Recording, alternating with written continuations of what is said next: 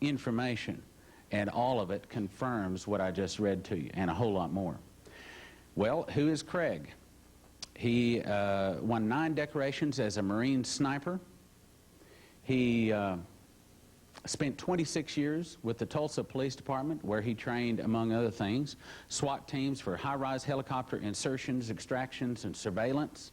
He is an expert on terrorism and counterterrorism, and he is going to expose the plan that the New World Order is going to use a series of terrorist events to bring in a New World Order by causing an internal revolution, internal civil unrest, confiscation of guns, and religious persecution. Will you help me welcome Craig Roberts?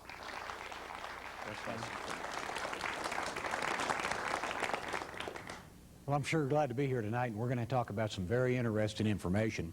I'm going to give you some things you haven't seen anyplace else, you haven't heard anyplace else, you haven't heard it on Dan Rather or Peter Jennings or any of this stuff. I'm going to talk about some cases I worked, and tonight I'm even going to let you be a detective in a murder case. And we'll see if we can't find out what was wrong with that particular case that occurred down in Oklahoma City 12 months after the bombing in Oklahoma City. My last case I worked, as a matter of fact, was the Oklahoma City bombing.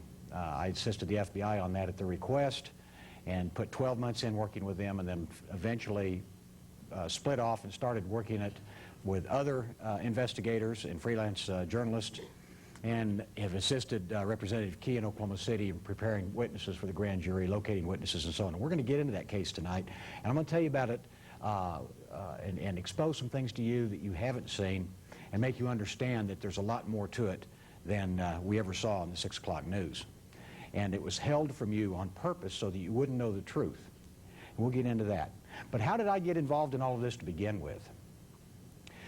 Well, in 1987, I was in Dallas, Texas for a police seminar. It was the Airborne Law Enforcement Association down there, and it's an organization of helicopter and airplane pilots. I spent the last 14 years on the department in the Air Support Unit flying helicopters. And I had an afternoon off, and I ended up wandering around with a rental car in Dallas just to see what was around before I had to go to a banquet that night. And I ended up in a place called Dealey Plaza. Now, Dealey Plaza, I was amazed, was a lot smaller than what I thought it was. And of course, I wanted to go by there just to say I'd been at the location of the crime scene of the century, because I'd never been there before, and I'd traveled all over the world, but that's one place I'd never been. I didn't have any particular interest in the Kennedy assassination. I didn't have any big axe to grind or torch to bear on that. It was just been there, done that type situation. And I walked around and I looked at everything, and ended up on the 6th floor of the Texas School Book Depository. Now, by this time, it had just opened up as a museum. And there are many displays up there, all of them saying the same thing. It's basically the same thing we read in our U.S. history books today. Lee Harvey Oswald, the lone nut with a gun, killed John F. Kennedy. Jack Ruby killed Oswald. Jack Ruby died of cancer. Case closed. Very simple, very cut and to the point. In fact, all of the displays up there pretty much went along with that same theme. Over in one corner, there's one little display that talked about conspiracy theories and things. But I didn't think too much about it, because that's what it said in the history book. And I remember exactly where I was the day Kennedy was killed. I was a senior in high school. I was in drafting class. It was about 11:30 when they came over the speaker, the PA system, and told us that the president had been shot in Dallas. I was in Tulsa. We weren't very far away. And of course, we listened as the day unfolded, and we ended up getting the afternoon off to go home and watch it on television. If you're old enough, you probably remember exactly where you were the day Kennedy was killed. And for those of you that aren't, I'm sure you've read it in your history books, and it's Lee Oswald did it. Well, I ended up walking over to the windows next to the infamous sniper nest. And you have to remember what I did in Vietnam. I was in the Marine Corps, and for a period of time over there, I was a Marine sniper. And I was fairly good at what I did. I walked over to the window, and I looked down into what we call the kill zone. And I felt like somebody hit me in the head with a brick, because instantaneously I knew that all of the things that I had read on those displays did not happen. There's no way it couldn't have happened. And the reason I knew it couldn't have happened is because I couldn't have done it with my Model 70 Winchester 30 caliber with a precision unital scope that I had in Vietnam. Because what I would have had to duplicate was this: being able to fire 3 shots in 5.6 seconds from a 6.5 millimeter Carcano with a misaligned scope, by somebody who's never shot anybody before in their life from a high to low angle ballistic situation at a target that's going down the hill, through the trees, and around a bend, with the longest shot being 88 yards, and two of the shots actually striking targets, with one of them going by way of Tijuana to get a bumper sticker. That's the magic bullet, the one that made I don't know how many turns to get both guys and then come to rest on a stretcher in the hospital in pristine condition. They call that Exhibit 399. Well, this bothered me greatly because it dawned on me that somebody was lying, that there was a cover-up, and that it wasn't Lee Harvey Oswald from that window or any three-shooters from that window. So I walked around Dealey Plaza again. This time I looked at it different. I looked at it with the eye of a Marine sniper. And had I done what was supposedly done that day, how would I set it up? And I ended up with people on the grassy knoll and people on two other buildings besides the Texas School Book Depository. I then ended up back inside the sixth floor looking out and triangulating all the different shots from there. And I went home when the convention was over with, and I just happened to have a copy of the Zapruder film on videotape that I'd recorded off some TV show. And back when Abraham Zapruder shot the Kennedy sequence, on the 8mm tape or film, you've got to remember that they had no idea that 35 years later we could sit there with a remote control and we could run it backwards, forwards, freeze frame, stop, and the whole bit, and examine this thing. And I did that, and I almost wore the tape out. But all I could see was a guy that on the last shot got shot from the right front.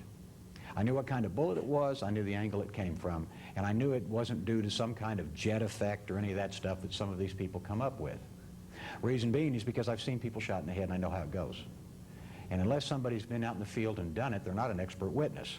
So that pretty much puts all the doctors that talk about these things, all these forensic pathologists, kind of puts them out to pasture on it. I always ask them, how many people have you shot, doctor? No one. Then you're not a witness. You're not an expert. Well, I started looking at the Kennedy assassination. I decided to investigate it as a simple homicide. Means, motive, and opportunity. So I put my police hat on. I started digging into it. I read everything I could find on it. I read all the documentation I could get a hold of. I tried to interview as many witnesses as I could. As it turned out, most of them were already dead. I started checking on that, and I ended up having to write a book about it because most of the witnesses weren't around anymore. And I wrote a book called JFK, The Dead Witnesses, that documents the cases of 115 of these people. I saw a lot of other things that had happened in 1963 after the assassination in Dealey Plaza in the Dallas area. I saw that a lot of witnesses had been manipulated. A lot of evidence had been destroyed by the FBI. All of the case evidence, all of the reports went to Washington to be investigated. Very little was investigated in the field. A lot of agents were sent on wild goose chases to interview insignificant witnesses and write 302s on them, that's FBI reports, and forward them to the Department of Justice, where they were handled right in Hoover's office, and then later by the Warren Commission. I got some interesting documentation sent to me by people in various covert intelligence posts and also the Dallas Police Department that showed exactly the opposite of a lot of the documents that came out in the Warren Report. So I could see a lot of manipulation in the cases. Well, I also ran into other things. I found out that once you get on this train, no matter what station you get on, you end up in this big room, and it's hallways full of doors. And you go down these hallways, you open these doors, and you find more hallways full of doors. And you keep doing this, and every once in a while you find a piece of puzzle. So you put it in your pocket. At the end of the day, you start putting these pieces of puzzle on the wall, and you stand back and look at them and see what kind of picture you get. And a lot of it are disjointed pieces at first, but as the more you dig into it, the more the pieces start to fit. And I started running into the same names and the same organizations over and over again throughout history. To investigate the Kennedy assassination properly, I found out that I had to go back to the year 1773 and come forward. Because Kennedy was actually just a speed bump in the road when we got to motive. He was just a speed bump in the road to some very highly placed people. Lincoln was a speed bump in the road to the same people. So when you get into reading what I wrote about it, you can follow my entire investigation through that. But I also stumbled onto other things. When I got into World War II, I got into Operation Paperclip, where we smuggled Nazi scientists into this country. I got into bacteriological and chemical warfare testing on American civilians by government agencies and on American servicemen. I got into mind control projects, MK Ultra, MK Monarch, and several others. I ended up getting into foreign and domestic terrorism being manipulated by people using their positions of power and authority in our own government, actually using these people to create what we call the Hegelian effect. And the Hegelian effect is we call it sometimes the barbarian at the gate. I have something I want you to do. You don't want to do it. So what I do is I create fear in you in another direction so that to handle whatever that fear is, you'll accept my solution. That's called the Hegelian effect, the barbarian at the gate. If I can make you fear something bad enough to give up your guns, maybe you'll give up your guns, or whatever the solution I have is, whatever my end result and my private agenda is. Well, the bottom line was, after almost 8 years of investigating into these areas, and utilizing a lot of really good covert intelligence activity contacts that I had, and even some federal agents that are friends, and also using some of my family's assets. I have people in my own family who've been involved in the covert intelligence community, and they would read chapters as in my manuscript as they were written, and then I would get suggestions on where to look next. And then mysteriously in the middle of the night, sometimes I would get fax coming out of my fax machine. I would get strange envelopes with no return address, big thick brown envelopes full of documents, photographs, all kinds of things. It just came right out of the blue, and it was as if God was opening these doors for me. Finally, I ended up with a 650-page manuscript that I titled Legacy of Dishonor, Crimes and Cover-Ups of the U.S. Government. Well, I sent it to my agent in New York City, and by this time you have to understand that I had written or co-authored about 20 books. I was a house author for 2 major houses in New York City. My agent took that manuscript to 10 different publishers. Not one would touch it. They kept giving it back, and he couldn't understand it, because it was an excellent manuscript. It was well annotated, footnoted, bibliography, indexed, the whole thing. You could look up anything you wanted. It was all the history that you didn't find in your own history books at school. So I got it back, and I didn't know what to do with it. I'd spent 8 years of my life working on this thing and digging into places where angels fear to tread sometimes, as they say. And I got a call one night from one of the senior editors at one of the main publishing houses, and he said, you know, you've got to get this book out. You've got to put this book out in front of the American people. They've got to see the information in here. It's critical. And I said, well, if you like it so much, why don't you take it? He says, I can't. I'd lose my job. I says, why? He says, they have editors in our publishing houses to make sure that this type of material never gets out. And the people you identify in this book own us, lock, stock, and barrel. I later found out that the CIA actually had a program called Operation Monarch, and what that is, or I'm sorry, Operation Mockingbird. And Operation Mockingbird is putting editors or hiring editors in publishing houses and in TV stations and in radio stations in the mainstream media to make sure some stories and some information never sees the light of day. It never gets past there. They have blacklisted stuff, so that we are actually a very censored country. You get more news in Europe than you will in this country. They call it spiking the stories or stopping the stories. Well, I didn't know what to do about it then, but I knew I'd put a lot of work in this book, and I wasn't going to let it die. And I knew the information was critical to get out to the American people. Well, I'd written a lot of books, but I always wanted to try my hand publishing. I was nearing retirement on the police department. I had about 24 months left, and I decided to go ahead and just try to publish and start my own publishing company and go into that as a retirement job. And it just came to me one day to do it, and I felt so strongly about it that I took my life savings and started to do just that. I did my own typesetting, I did my own cover art, the whole bit. But I couldn't afford to publish the entire big, thick manuscript of Legacy of Dishonor. So what happened was I pulled out just enough, starting with the Kennedy assassination, then moving on into the New World Order topics, because I really found out who the bad guys were. I really found out who was in charge of the bad guys, and I really found out what they were up to during this time, and I wanted to get it out first. And it came out about 2 years ago, or 3 years ago, as Kill Zone, A Sniper Looks at Dealey Plaza. And it'll take you from the actual, what I found out about the Kennedy assassination, all the way up to and through and into the Clinton administration. And you're going to find out that what you do is you follow my investigation step by step and see the things that I've seen. Now, this particular book is very interesting in the fact that when I got done with it, I was sitting there one night in my office. It was midnight, and I was trying to finish this book and get it out, just get it to the printer. But I had a hard time because I couldn't write the 2 hardest words a writer has to write. The end. We never know when to shut up. So I had to figure out, you know, what it was that I was missing. I knew I was missing an element in here. Well, what I'd found out, and I've got assets in various covert intelligence agencies that have helped me with this. What I found out was that there was an entity called the Committee of 33. And the Committee of 33 was higher than some of these other organizations you hear about, the Council on Foreign Relations and the Trilateral Commission and all these guys. It's higher than that. They pretty much run everything. And they're made up of international people. They're industrialists and bankers and military and politicians and so on. The members change occasionally. But if you can think of the biggest high roller names in the world, they're probably either on it or have a representative on the Committee of 33. The problem I had with that is these people want to have a one world government. They want to have the New World Order, and they want to be in charge. They're global socialists. That's what they are. They control presidents. They control kings. But they had to have a leader. Somebody had to be in charge, and that is what I didn't know yet. So I walked around my office, and I started looking at all my material, and I'm thinking, you know, somewhere I've got the material that tells me who would be in charge of this committee. But I just couldn't figure out where it was.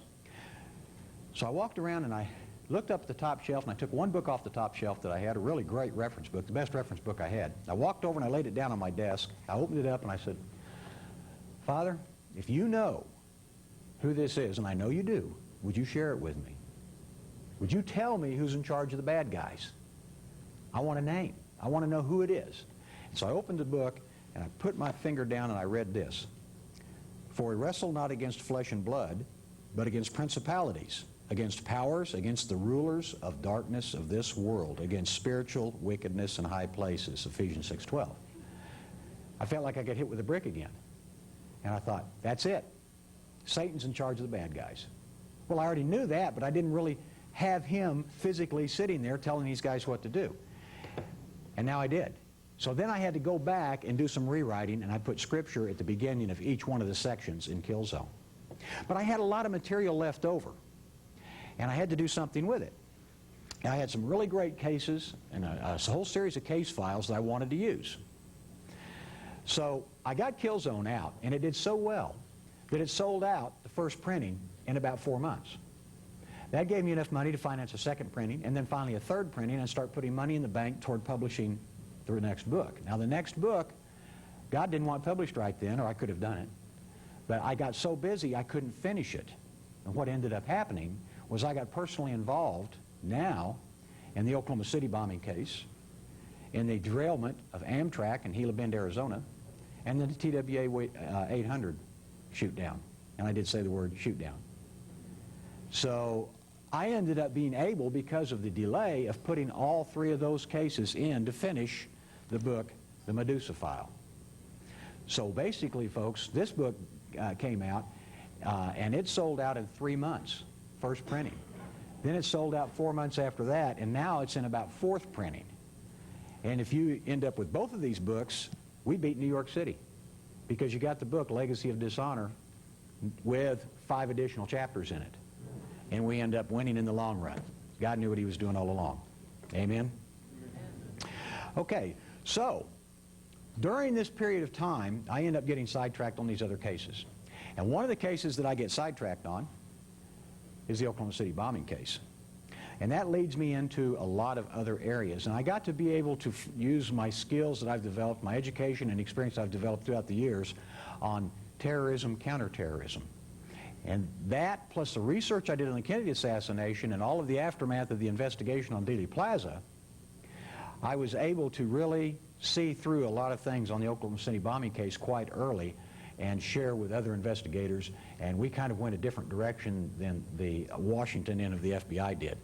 And so what I need to do to get you into the flow of the situation of what we're going to do tonight is start you out with a little bit of basics on terrorism, explain who the real enemies are in this country right now, who we really have to fear, and then get you up to what could happen next as it parallels Dimitri Duduman's vision.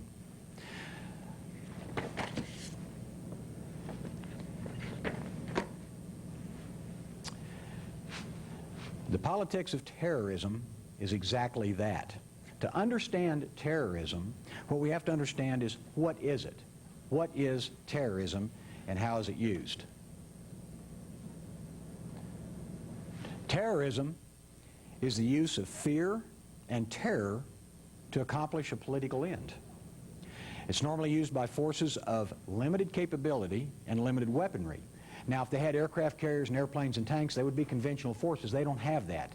They have explosives, they have guns and knives and things like that. Targets are normally civilian in nature and impact the media with the most effect. Now, if they attack a military base, it really doesn't mean that much to us, does it? Because being in the military is part of being in a vulnerable situation. You expect violence. But when you attack a marketplace or an airport or a church or a synagogue or someplace like that, then you have a tendency to get the public's attention, because those are places that people go to. You go to the supermarket. If somebody puts a bomb in the supermarket, pretty soon you're afraid to go to supermarkets. Same thing with buses and trains and airplanes. Okay. Terrorism cannot be effective without the media. If there isn't any media coverage on terrorism, then it doesn't do any good. And 9 times out of 10, terrorists take credit for what they do. They call up and say it was the such and such organization that did this. And sometimes 2 or 3 organizations try to take credit for one thing. But if they don't take credit for it, it doesn't do any good. They can't further their objective. Okay, so at the end of on day 3 of the Oklahoma City bombing investigation, we had a strange thing happen. Even though all of our information, all of our leads were leading to Middle Eastern connections, including stuff from Israeli intelligence, to the Oklahoma City bombing, all of a sudden the media launched on who? The militias, the right wing, the NRA, Pat Robertson, anybody to the right of Charles Schumer and Dianne Feinstein and Barbara Boxer and the Clintons were all of a sudden suspect terrorists. We had nothing, and I repeat this again, we had nothing during the investigation to point that direction. There were no ties in the Oklahoma City bombing in the early days to point to anything except the Middle Eastern connections that all the witnesses saw, and we'll go through that tonight, because I'm going to tell you what happened in Oklahoma City on day 1, by witness, by witness, by witness, so that you can see what we were dealing with. Then you're going to find out that the media misdirected us and eventually destroyed and ruined the investigation on purpose. Now, they went off and started, remember when they had the cameras already set up at Nichols Brothers Farm in Michigan? And they raided that place with a SWAT team, and the TV's already there. Now that's kind of unusual, isn't it? Those guys would normally be in New York City. How'd they get to Michigan so quick in the middle of nowhere? Well, that was all staged. It was all set up to misdirect the American population, misdirect the minds of the American people, and that's a form of what we call media mind control, to get us on a different sheet of music. And remember, we do something and we blame it on whoever our particular enemy is, and we make you believe that that's who it was. Then we pass laws against those guys. That's the way it works. That's the Hegelian effect. Now, let's talk about who the real terrorist threat in this country is first. We have the Islamic Jihad. Well, the Islamic Jihad is the holy war, okay? But it's also an organization. Underneath the Islamic Jihad, the Holy War, we have many organizations, but the main ones I want to talk about tonight are the Palestine Liberation Organization, the PLO, the PFLP-GC, that's the Palestine Front for the Liberation of Palestine General Command, Hamas, Hezbollah, the ISI, which is in Pakistan, and the Mujahideen. Now, the PLO, we know who they are. They're originally Al-Fatah, and they were involved in the '68 Munich massacre. They've been involved in a lot of things in Israel. It's mainly the Palestinians. There's several factions of them, but the one leader we know, we see in the news all the time, is Yasser Arafat.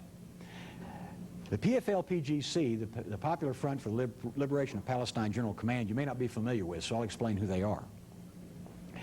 There's one particular case that they were involved in that our national government would have us believe otherwise, and that is they were involved in something called the bombing of Pan Am 103 over Lockerbie, Scotland.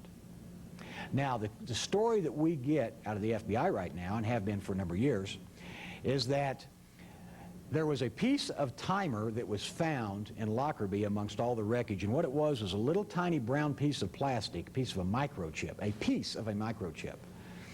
And this was sent to the FBI lab, and it was traced to a component part of a timer made by the Mebo company in Switzerland, and from them it was sold, however they found this out, sold to the East German government, who provided it to Gaddafi in Libya, who in turn had 2 of his intelligence officers go to Malta, build a bomb inside of a radio, put it inside of a suitcase, put it on an airplane in Malta, on Air Malta, and it went unaccompanied from Malta to Frankfurt, Germany, changed planes, went to London Heathrow, changed planes all by itself, then got on the TWA plane, the Pan Am plane, took off and then blew up over Lockerbie, Scotland.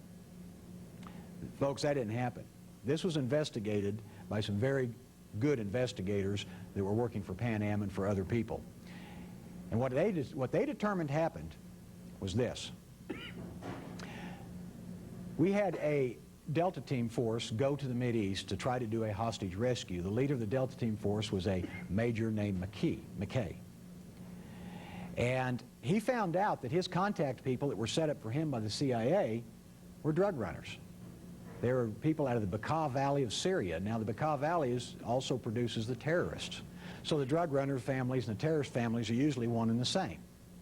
Well, he didn't want to work with terrorists. He didn't want to work with drug runners. In fact, he didn't like the idea that the CIA was involved in drug running.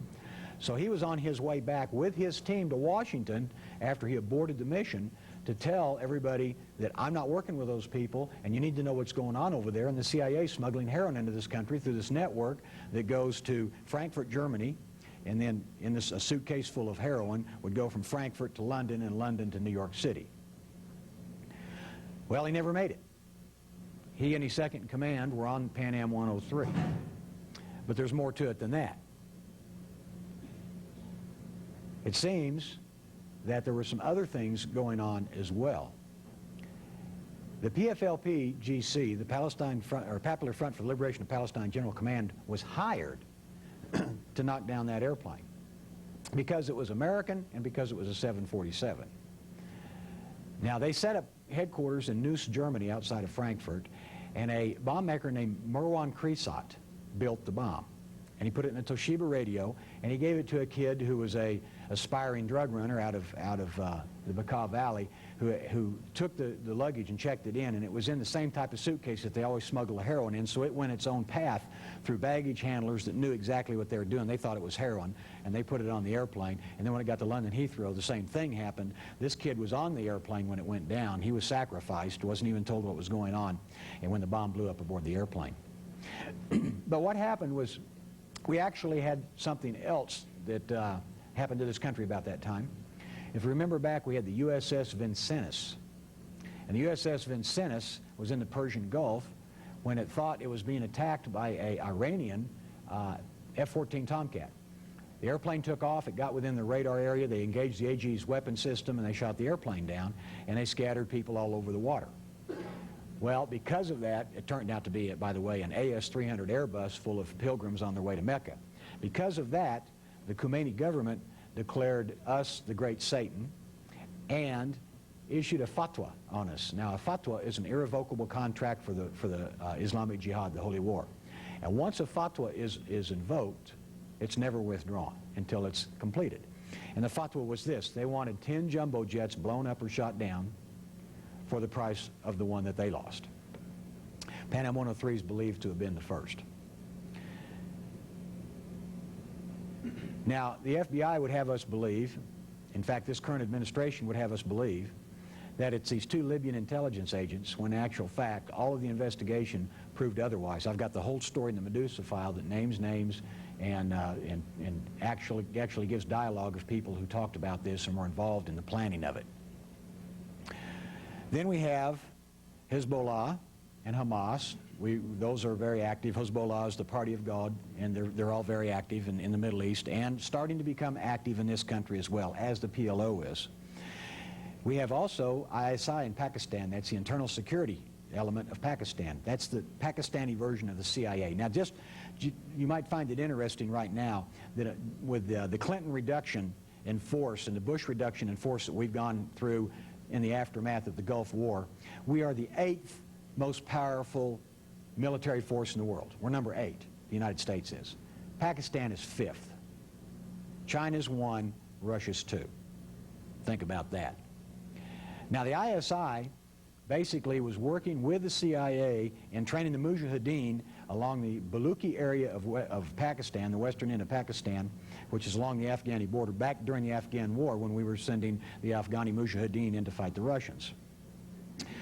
After the Afghan War ended and the Russians went home, we pulled out of these training camps. There was over 100 of them along the border, and the ISI took them over. The ISI, being very mercenary, wanted to do something with them, so they began training Islamic terrorists for fun and profit.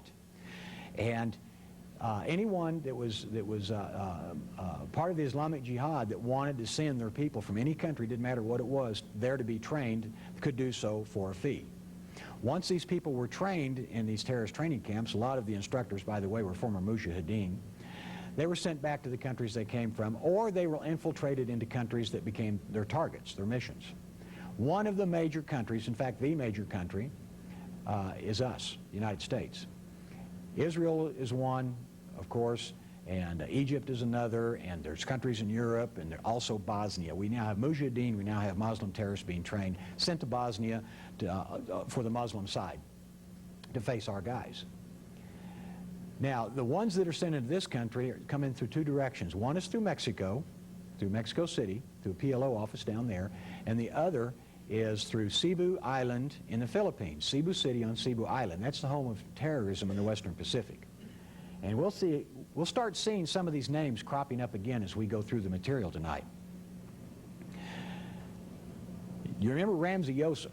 He's the guy that got caught being part of the World Trade Center bombing. Well, he had planned to blow up 10 jumbo jets himself. In fact, he'd already tried to blow up one. His office was in the Philippines, in Manila, but he'd also been in Cebu City and rubbed shoulders with those people there. So if we keep our eyes on what happens in Cebu City with our intelligence resources, and then on Mexico City and on London, then we can pretty well tell who comes to this country just by just reading the manifest, and with background checks on them, find out who the terrorists are before they ever get here. I don't think we're doing that very well. And then, of course, we've got some remnants of the Mujahideen that have gone into the terrorist underground. Now, who supports these people? The players, basically, under Iran, are Hezbollah, Hamas, the PLO, and the ISI. Now, Iran is, of course, the Islamic fundamentalist. Iran and Iraq have always been enemies. Before Iraq was Iraq, it was Arabia, and they are Arabs. They speak Arabian. The Iranians, on the other hand, are Persians. They speak Farsi, and they've never gotten along. But when we're in the picture, they have a tendency to join together because they have an old saying, the enemy of my enemy is my friend. Now, once they've satisfied themselves, they've done whatever it is they want to us, then they will go back to fighting each other as they always have. So that's why you see Iran supporting these people, and you see also Syria and Iraq supporting basically the same players, including other terrorist organizations.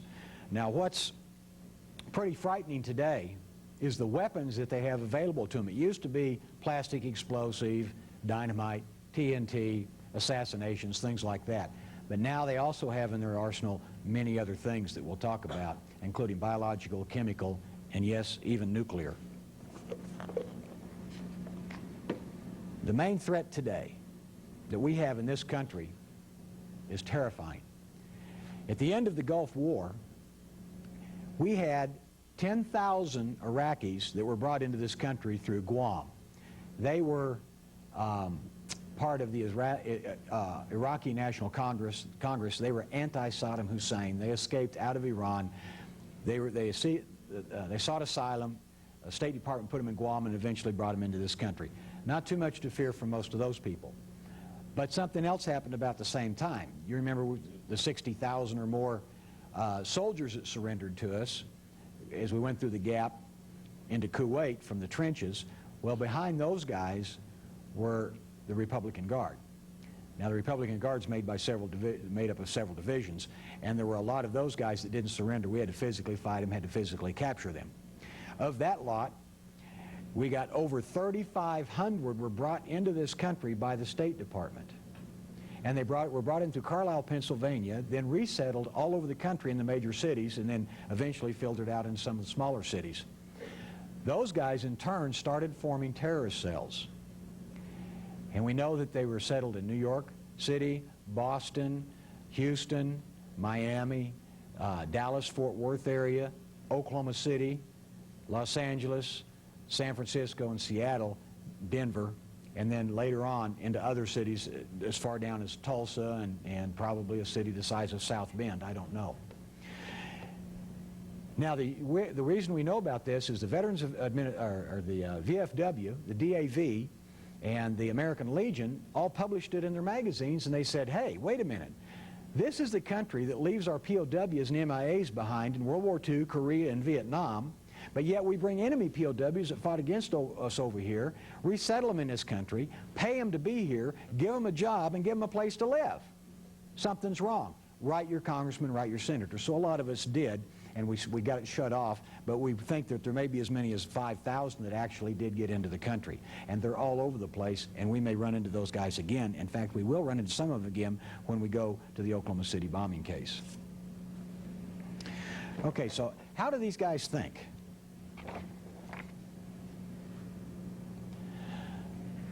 We shall never call for or accept a negotiated peace. We shall only accept war, jihad, the holy war. We've resolved to drench the lands of Palestine and Arabia with the blood of the infidels, also read Gentiles and Christians, or to accept martyrdom for the glory of Allah, Abdulaziz ibn Saud. Now, they believe that if they die fighting the jihad, that they instantaneously go to paradise. Nothing can be better than dying for Allah, fighting and killing the infidel, and the infidel is Christians, Jews, Gentiles, anybody that is not Islamic that they've declared war on. And it really gets strange the way some of these people think. You know, if you remember back, we had this young lad in a Nissan pickup truck full of plastic explosive in Beirut drive past the main gate at the airport at a high rate of speed and rammed into a building housing 242 of our Marines, blew himself up, blew the building up, the building collapsed and killed everybody. You remember that incident, about 1983? Did you know he had his seatbelt on? It's not logical.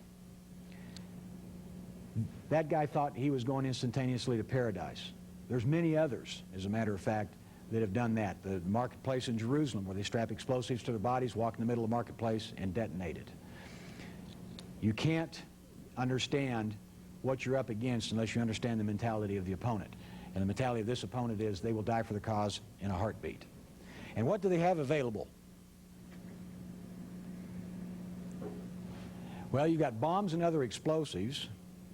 You've got assassination of individuals, biological agents, chemical agents, and missiles. And the missiles I'm talking about mainly are the handheld, shoulder-fired, surface-to-air missiles, such as the Stinger, the Red Eye, and the Soviet variants. The bombs under that, don't just think plastic explosive, TNT, dynamite, C4, Simtex, Composition B, all that. Think nuclear. Seems that the Russians misplaced over 100 suitcase nukes. We found out about that a year or two ago. Don't know where they went. Well, we know where they went. They went for hard cash into the terrorist underground. And remember who the great Satan is. And if they can bring in truckloads full of cocaine due to NAFTA across the borders of this country, they can bring in nuclear weapons. They can bring in anything they want, because we can't stop them and search that stuff if it comes in from Mexico. Well, then we found out about 4 months ago they're also missing about 100 or more barrel nukes that are about 2 to 3 times as powerful as a suitcase nuke. Now, what are these things normally used for?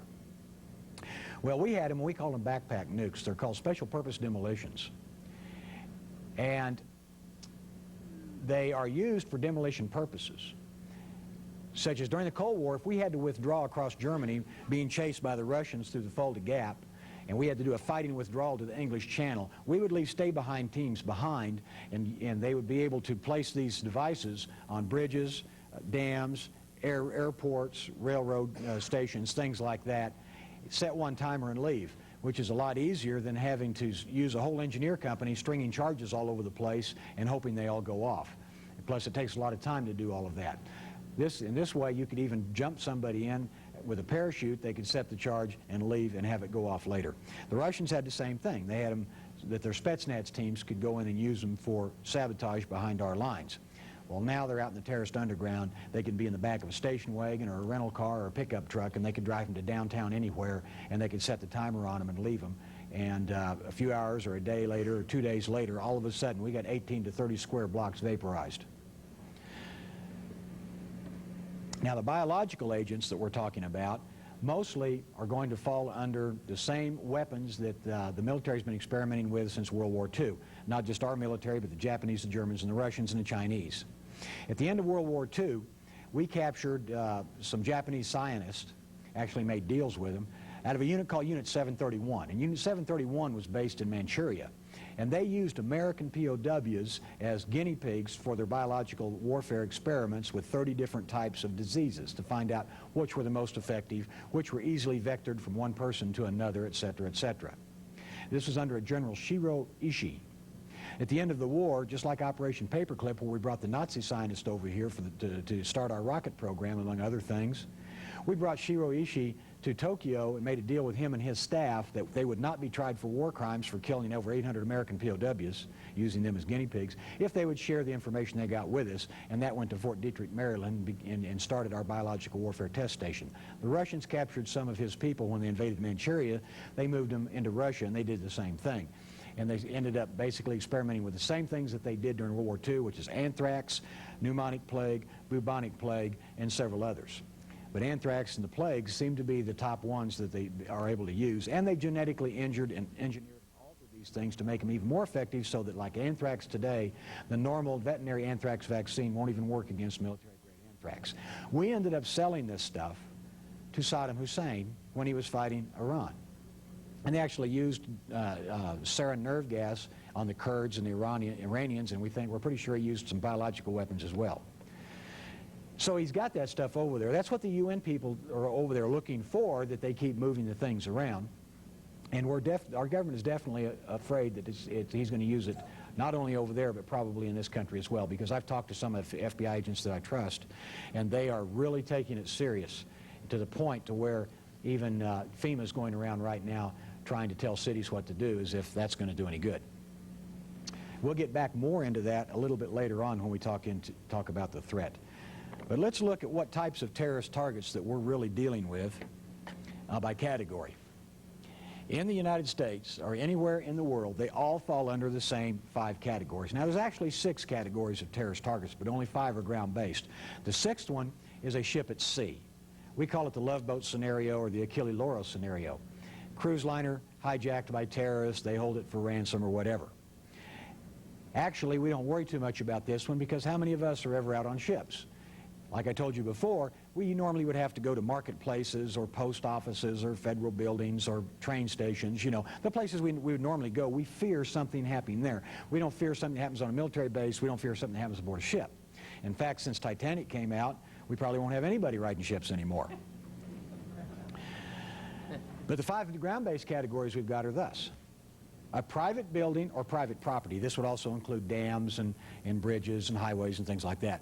Private building, a public or government building or facility, mass transportation ground, mass transportation air, and a large gathering of people. Now, almost every target fits under those 5 categories. Okay? Now, let's keep that in mind, because something very strange has happened since the current administration has come into power. Must be a coincidence, but we're going to see just what that is, because it never happened before in the history of this country, but now all of a sudden it is happening. First thing we run into is the World Trade Center bombing. And what is that? That's a private building. And where is it? The backyard of ABC, NBC, CBS, the New York Times, Wall Street Journal, etc., etc. And it got all the media coverage. Remember, we said for a terrorist strike to be effective, you have to have media coverage. And they had a lot of it. But it was like, well, yeah, but that's New York City. And it really didn't affect the rest of America, because weird stuff happens in New York City. And so it wasn't quite as effective, but it was a beginning. And it would have been a whole lot more effective if that truck that had the bomb had been moved against one of the structural columns instead of parked in the middle of the parking lot, because it could have brought the whole building down if it was in the right place. As it turned out, it was parked in the middle of the parking lot, and it blew down and up through the floors instead of knocking out the support columns. Now, an interesting thing happened during the court trial of Ramzi Youssef and some other people that were involved in this bombing. What came out was that the bomb wasn't built by the terrorists. In fact, none of them knew how to build a bomb. They had to have help. Well, they had an infiltrator inside their group, and he was an Egyptian intelligence officer who was working for the New York City office of the FBI. And he called his contact agent and he said, look, he said, these guys like, you know, they want to do this bombing, but they don't know how to build a bomb. So they said, well, build it for them. And he said, well, where do I get the money? We'll provide the money. What do I use? Well, you're going to use real explosives. Well, I don't want to use real explosives because they might go off. Well, if you use real explosives and we do a sting operation and we catch them, we can make it in court. But if you use something that's not going to work, we may not be able to make it in court. So we want you to go ahead and use real explosives. Well, they did. The sting operation didn't work. The bomb went off. And that's a matter of court record on the court trial. And it was in the New York Times, and you can look it up at the public library. So we had the FBI actually involved at that time in the bomb-making business. That's not the way you do law enforcement, folks. That's not the way you protect the public. You don't build dangerous devices and then go arrest the guy. That's almost entrapment. You let them do it, then you arrest them before they can do anything with it. And it didn't quite work this time. Well, we're going to find out another time where it probably didn't work as well. The next thing we got into was the Murrah building, Oklahoma City. And what is it? Category 2, a public building. And we're going to go into it in detail tonight because I was deeply involved in that investigation. Following that, we had Amtrak, which is the only mass transportation ground that we've got in this country. It's a train, it's a passenger train. We don't have anything else. And then finally, right after that, we have what? TWA 800, the only mass transportation air that we have. And I predicted when I was working the Amtrak investigation with the Maricopa County Sheriff's Office that the next target would either be a large gathering of people, such as a sporting event or a parade or a city or something like that, or it would be a jumbo jet. The reason I said jumbo jet was two reasons. One, because of the fatwa due to the USS Vincennes shoot down of the AS-300 Airbus, and number two, it was mass transportation air, and it would be an international flight of an American carrier of the biggest plane that they've got, which at that time was a 747. And then finally, the last thing, and we haven't seen it yet, is a large gathering of people. Now, the large gathering of people could have been the Olympics. And when I told the Maricopa County people about this, they said, we got a Super Bowl coming up. This was back right after the Amtrak derailment. And so they put extra security on to watch the water, because I told them, you know, this could be biological or it could be chemical, not just bombs. Get the bomb dogs, but start checking the water supplies, check the food supplies and stuff like that. And they put extra security on and nothing happened. Same thing at the Olympics. We were really afraid something was going to happen there, but the military came in with special people to inspect all of the stuff that was coming in. They were looking at all the food, the water. They were watching everything with cameras. I'm surprised that little backpack bomb even got in there. But obviously we didn't have a big biological hit at the Olympics. So we're still waiting for this one, and we'll talk about it a little bit more a little later on. Now, in the Oklahoma City bombing case, something very interesting happened. Right after Nichols Brothers Farm was hit with a SWAT team and searched, we had a media launch on the militias, the right wing, the NRA, everybody that's not a left-wing extremist is categorized a right-wing extremist, terrorist, whatever. Okay? Now we're watching this from the field wondering where they're getting this information. I can't believe they're getting this because everything we're getting is Middle Eastern terrorist, everything. With the exception of John Doe 1. Okay, the sketch of John Doe 1 didn't look like a Middle Eastern terrorist, but all the eyewitnesses and all the other sketches were. So I called some people in New York City I knew, and I said, I want to find out where ABC, NBC, CBS, and the papers and everybody is getting all this malicious stuff. I said, this is ridiculous because we don't have anything. They're not out here in the field investigating this. We didn't give it to them, so where did they get it? Well, they started checking, and they found out it came from these places. The first one was the Anti-Defamation League of the B'nai B'rith. Now, the ADL is very left-wing. It's very socialist. And their natural enemy is anybody that they consider the right wing. Well, the militia fits in there, so they went after those guys. And, of course, then later on, all of a sudden we start getting all of these experts talking to the media about terrorism and about militias and stuff, and they're often the ADL or the next one, the Southern Poverty Law Center. Now, Southern Poverty Law Center's a guy named Morris Dees, and he's a very left-wing socialist type.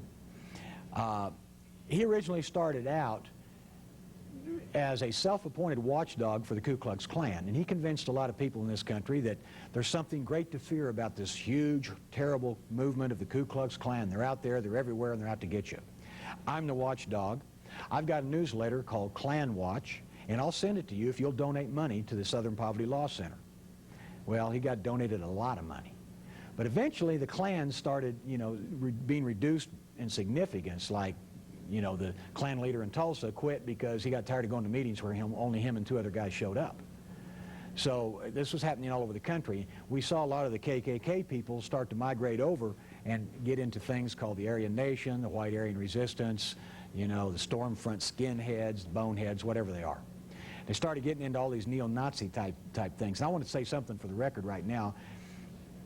Neo-Nazi, the word neo-Nazi, okay, or Nazi, either one. We keep hearing the New York City media saying right-wing neo-Nazi extremist, okay? There is no such thing, folks. Nazis are not right-wing. They're left-wing extremists. See how they even blame that on us? They are far left-wing because they're National Socialists. The right-wing extremists are called anarchists. Anarchists are people who don't want any government. Leave us alone. We'll be fine. We don't want you, and we don't want your government. Not neo-Nazis and Nazis and National Socialists, they want to be the government, and they want to control everything so long as they're in charge. So there's a big difference, you see. So anytime somebody says those right-wing neo-Nazis, you say, whoa, wait a minute, that's the left wing. But they're turning around trying to blame that on the right wing as well. So Dees comes along, and he makes himself now the appointed watchdog against the militias. And he puts up stuff on the internet, and he goes around the nation on speaking tours and things like that. And he puts out another deal. And what's really sad, these newsletters go to law enforcement agencies, and a lot of these officers, they don't know the difference. They think it's a legitimate deal because it's a real nice newsletter. It looks very professionally done.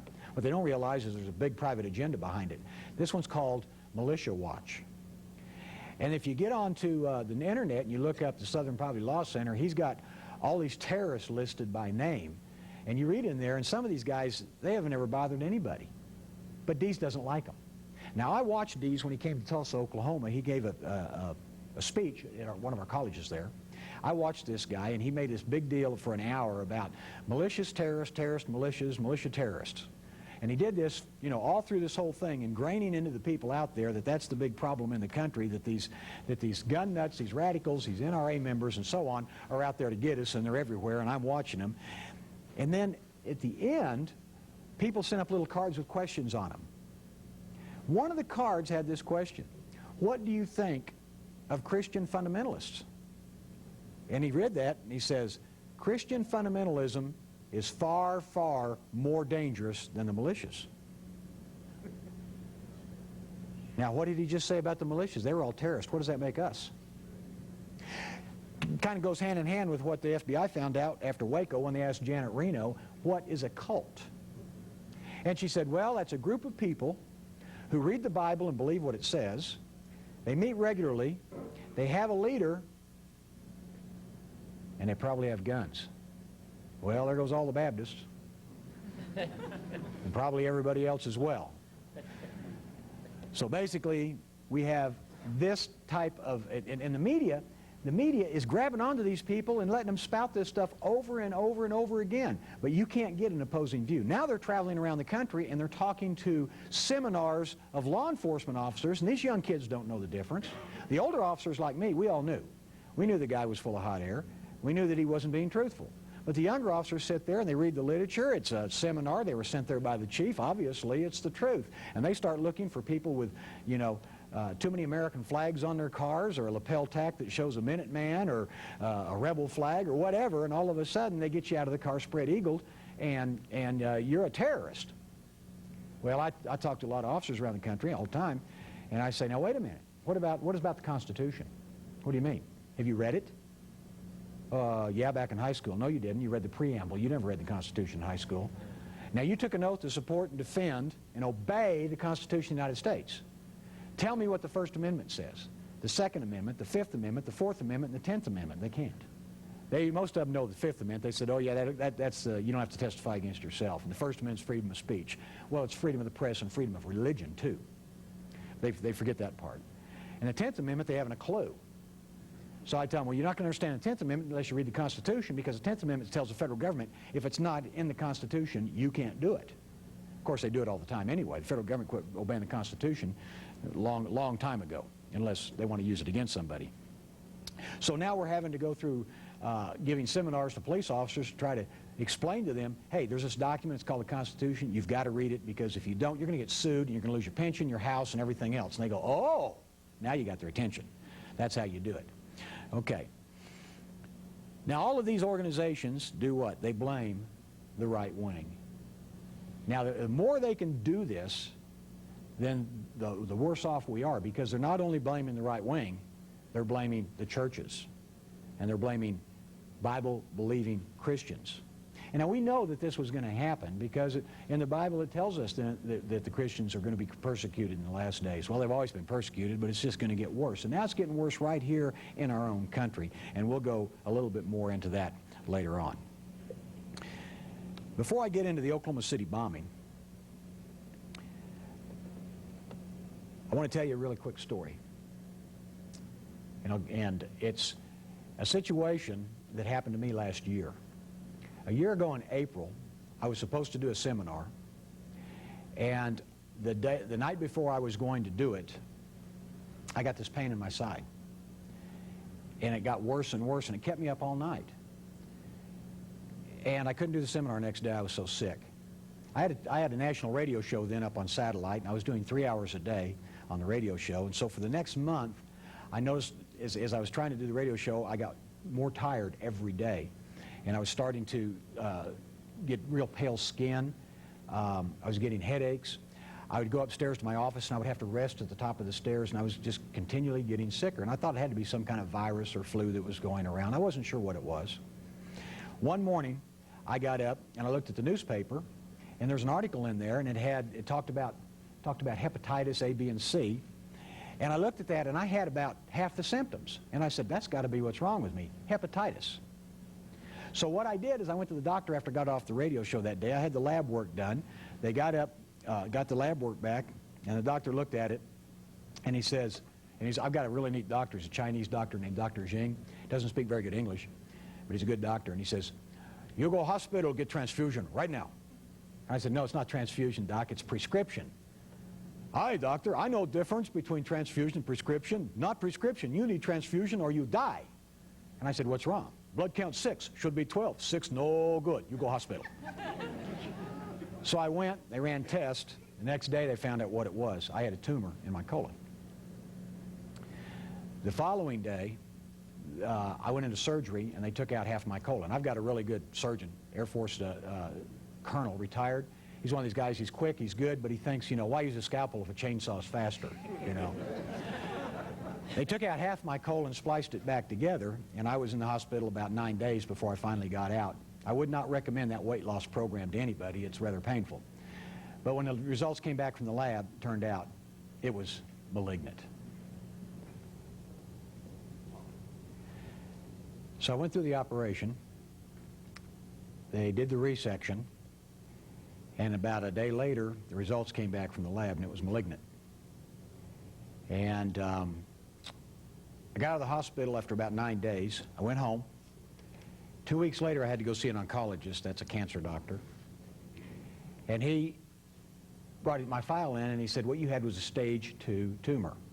Now, a stage 2 tumor is one that's broken through the wall of the intestine. It also got into a vein. They don't know where any of the cells may have migrated to. His recommendation was I start chemotherapy immediately. Wouldn't have to go through radiation, but I would have to go through a 6-month program of chemotherapy. Well, I don't like needles anyway. I've always hated those things. I mean, I don't mind getting shot with a bullet. Just don't hit me with a hypodermic syringe, When I got out of the Marine Corps, when I got out of Vietnam, I got sent home. Just before I got medevaced out, I'd done a whole year in Vietnam. I went by the Corpsman's battalion aid station, and they decided to catch me up on my shot record, and they pulled out a tray of needles and gave me 21 shots that day. Since then, I've been real paranoid about these things. Now I found myself having to go in every week, or go in a week and go every day for 5 days, take 2 weeks off and come back and repeat it and do this for 6 months of IVs. Well, in about 2 weeks, 2 sessions, they'd collapsed all the veins in my arms, and I had to go to surgery and have a port installed in my chest. So I started giving me IVs in my chest. One thing led to another, and over a period of about 3.5 months, I started getting very sick. I didn't know what was wrong. I assumed it was the chemo solution that was affecting me. But I couldn't hardly eat. I was in pain all the time. I was nauseous all the time, sick all the time, and I kept getting weaker and weaker and weaker. Then this last August, I got up one night, started for the bathroom, collapsed on the floor, totally blacked out. My wife got me up. I got back in bed. About 10 minutes later, I tried it again. I blacked out again. This time, she called 911. The first people that showed up were the firemen, because the fire station's only about a half mile away. They took my blood pressure and started whispering in each other's ears and wouldn't talk to me. That's not a good sign. And it's one thing that's really embarrassing. Cops hate to get rescued by firemen. You know, there's just something about it. They never let you forget it, you know. Well, they're standing there, and they're not joking about anything like they normally would. Something's seriously wrong. The ambulance shows up. The paramedics come in. They take my blood pressure, and I tell my wife, we got to get him to the hospital as soon as we can. And she says, what's wrong? And he says, his blood pressure is 60/0 and falling. Well, 0 on blood pressure is not a good sign. So they load me up. They take me to the hospital. And they put me in a little room in the emergency room there. They could put me in a private little room. And I'm on a gurney. And doctors come in. They start poking and probing and looking and talking, running tests and so on. And I'm pretty much passing in and out. Finally, this one doctor comes in that I know. And he asked me if I had a living will. And I said, why? He said, because you're in bad shape, your kidneys have failed, your liver's failed, you're just about out of blood pressure, we don't have your type blood, we've got very little type A negative, we're going to give you what we've got. It's probably not enough, and I don't think you're going to make it through the night. And they'd already told my wife. And I said, Doc, you just do your job and I'll do mine. Everything will be fine. Because I didn't have a feeling that I was going to die. Of course, I was losing all feeling and everything by this time. So I'm laying there, and the only thing I remember then is he said, we've got 5 doctors that are going to work on you tonight. And I said, no, you don't. You got 6. You got God here. He's the head doctor. You pay attention to what he says. He'll tell you what to do, and everything will work out fine. He said, well, I'm glad that you feel that way about it. You know, we'll do what we can. So I passed out, and the next thing I know is I feel this terrible pain in my throat, and I open my eyes, and they've got one of these big orderlies that's about gorilla size, and he's trying to jam one of these tubes down my nose. And he's doing like he's loading a a muzzle-loading musket, and he's hitting my vocal cords because he's going down the wrong pipe, you know. So I ended up not being able to speak for 2 weeks. But he's doing this, and finally he pulled it out and put it in the other nostril like that's going to make a difference. And I'm laying there, and the next thing I know, I pass out. And I wake up instantaneously, and I'm in a dark room, sitting very comfortably, waiting. I know that the room is big. It's probably about as big as this room. I don't know exactly where the walls are, but I have a feeling there's probably some walls or something out there because it's not like echoing or anything. And I'm not hurting anymore. I feel good. I'm not worried about anything, but I'm waiting for something. Now, I didn't see a light at the end of a tunnel. And I didn't see a pit going down, thank goodness for that. But I know I'm in a waiting room or some type of a waiting environment, and I know that what is happening is a decision is being made. And the decision being made, I know, is whether to take me on from there or send me back. Well, the decision was made to send me back. And I woke up, and I was in intensive care, and it was 16 hours later. To me, it felt like I was gone 3 or 4 minutes. That's all it felt like. There was no sense of time. It wasn't a dream. It wasn't a hallucination. I remember it like it was yesterday. And I knew that God sent me back because I had missions to do, and this is one of those missions, and that's why I'm here tonight. Now, some people ask me, with all the stuff you know, Roberts, how come they haven't killed you yet? Well, I don't know if they've tried or not. I'm sure I've got some very effective guardian angels. I know they've tapped my phones. I know I've been surveilled. I know I've been followed. I know my house has been watched. But that's okay. I don't care. I don't have anything to hide. In fact, I got these guys once that watched my house. I said, there's no reason to sit out here. Come on in. You know, you want to listen to what's going on the phone? You can sit in my office. You want to go through my files? I got a copy machine. Take what you want. They drove off. They didn't. That's not part of the spy game to them. And I don't mind if they tap my phone as long as they don't make it all staticky. You know, I hate that. But what I do is I've got 2 lines in my office. I call the other one from one, leave them both off the hook, and then I plug in about 2 hours of Bible scripture on tape and leave it with them. There's more than one way to get a Christian out there, believe me. But my grandfather told me, my grandfather was a primitive Baptist preacher from the Smoky Mountains of East Tennessee, and he did the old 1940s and 50s hellfire and damnation sermons, and he didn't quit till he ran out of voice or ran out of water, and it was 2 or 3 hours. He was not what we call today a wussy preacher. He told it like it was. And he told me just before I went to Vietnam, he said, son, said, y'all going to foreign war, and they got people over there going to try to kill you. And he says, but don't worry about it. When the good Lord calls you home, you can't stop it, and if you ain't ready, they can't rush it. Amen. And so that's what I live by, and that's why I'm able to do the things I do today, and I don't fear anybody or anything except God's judgment. And we're going to go with that right to Oklahoma City for a little bit more judgment. And what did we have happen to us in the Oklahoma City bombing case? Well, the first thing we had, and you're going to see this over and over, is we had media diversion. It was the militias. And then we had all kinds of things happened after that. We had federal agents that became involved in the cover-up of this thing and still are. We had witness intimidation. We had failure to follow all the leads that we were developing and all this kind of stuff. Now, we saw this once before, at least I saw it.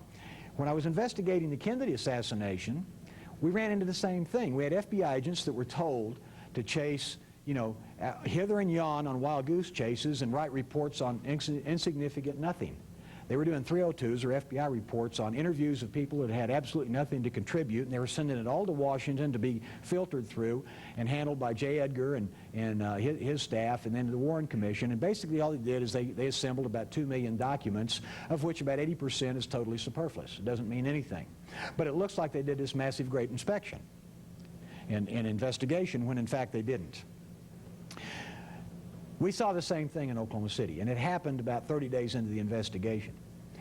Within the first week, though, we had a big black semi-truck show up in Oklahoma City and set up, and that became the command post for the anti-terrorist specialist of the FBI, which consists of basically of the New York City office that investigated the World Trade Center bombing.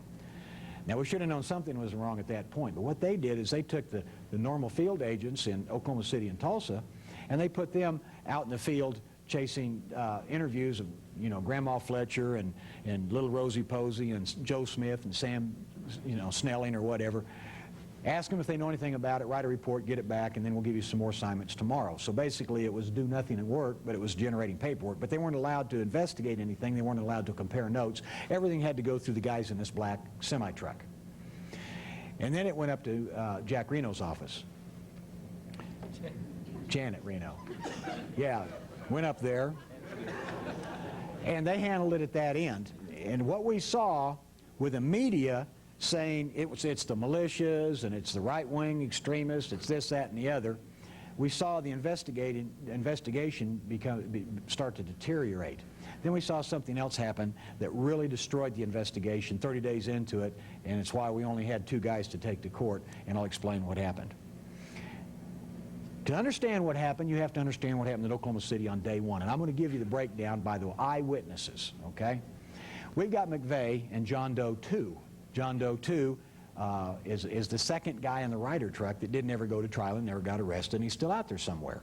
They are driving into Oklahoma City in this Ryder truck, and they're driving south on this north-south street, and they pull over to a place called Johnny's Tire Store. McVeigh gets out and walks around and talks to a guy named Mike Morose, and he says, where's the Murrah building? And Mike Morose says, well, you go down the street, so many blocks and turn left. Now, McVeigh didn't have to ask where the Murrah building was. He knew where it was. He'd already been there 2 or 3 times. He'd already been in the building. He'd already cased the place. Morose remembers that while he's there, he looks up, and here's John Doe 2 sitting in the cab of the truck with his ball cap on, and he never looks at him. He keeps looking straight ahead. So all Morose sees is a profile, and when you see the sketch of John Doe 2 that shows a profile with a ball cap on, that's the one that Morose provided. McVeigh gets back in the truck, and they drive off. Now, Morose described this guy as a Middle Eastern male, olive or dark complected, short, dark, curly hair, or medium dark curly hair, shorter than McVeigh. They drive off. The next time they're seen, they're pulling up across the street from the post office, which is catty corner northwest of the Murrah building.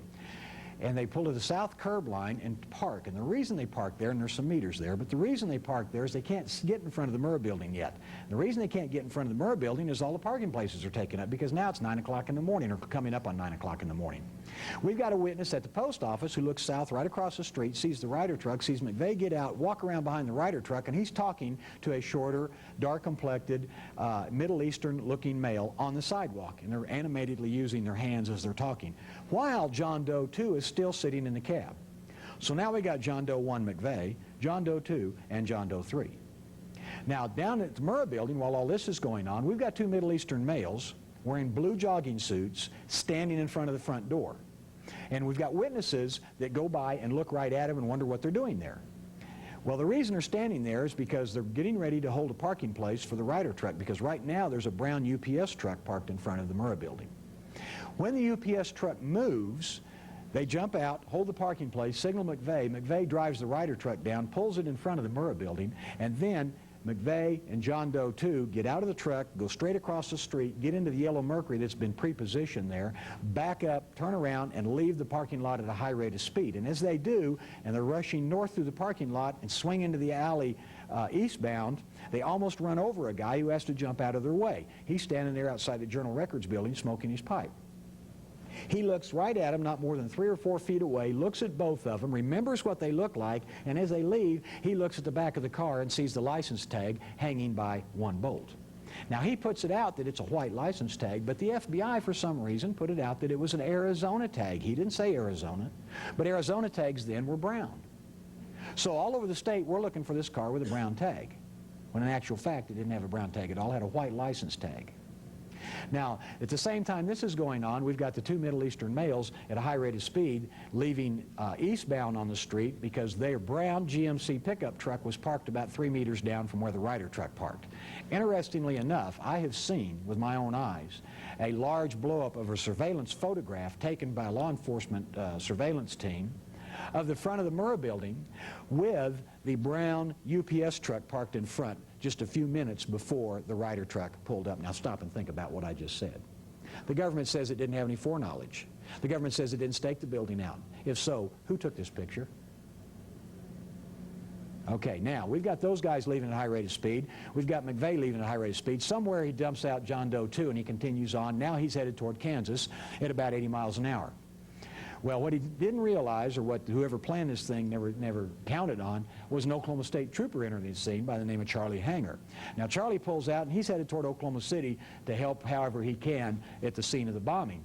But there's one thing you don't do in Oklahoma and a lot of other states when you deal with state troopers that deal 99% with traffic violators. You don't speed past them. I don't care if the Russians have just landed the division of paratroopers up there and Puff the Magic Dragon's eating people in the street. He's going after the speeder.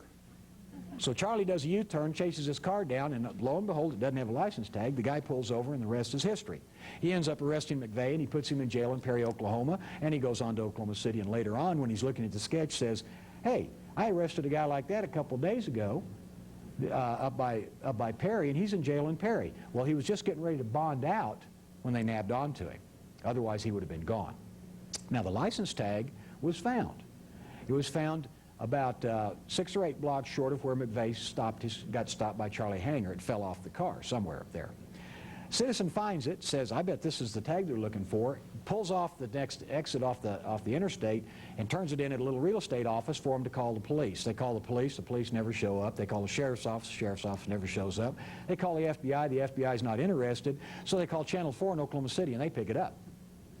And the license tag number, folks, is PTA 811, and it's from Arkansas. Well, by this time, I'm liaisoning with one of the reporters at Channel 4, and she calls me and she says, you know, can you run this? And I did. It came back a hit. It was stolen out of Fort Smith, Arkansas, which Fort Smith is real close to Elohim City over on the border. And it was stolen just a week or two before the bombing off a guy's car. 6 months later, I ran that tag again just one day out of just curiosity to see if I'd still get a hit on it, and guess what? That tag never existed. We still had it. I've got color pictures of it, but it was never made.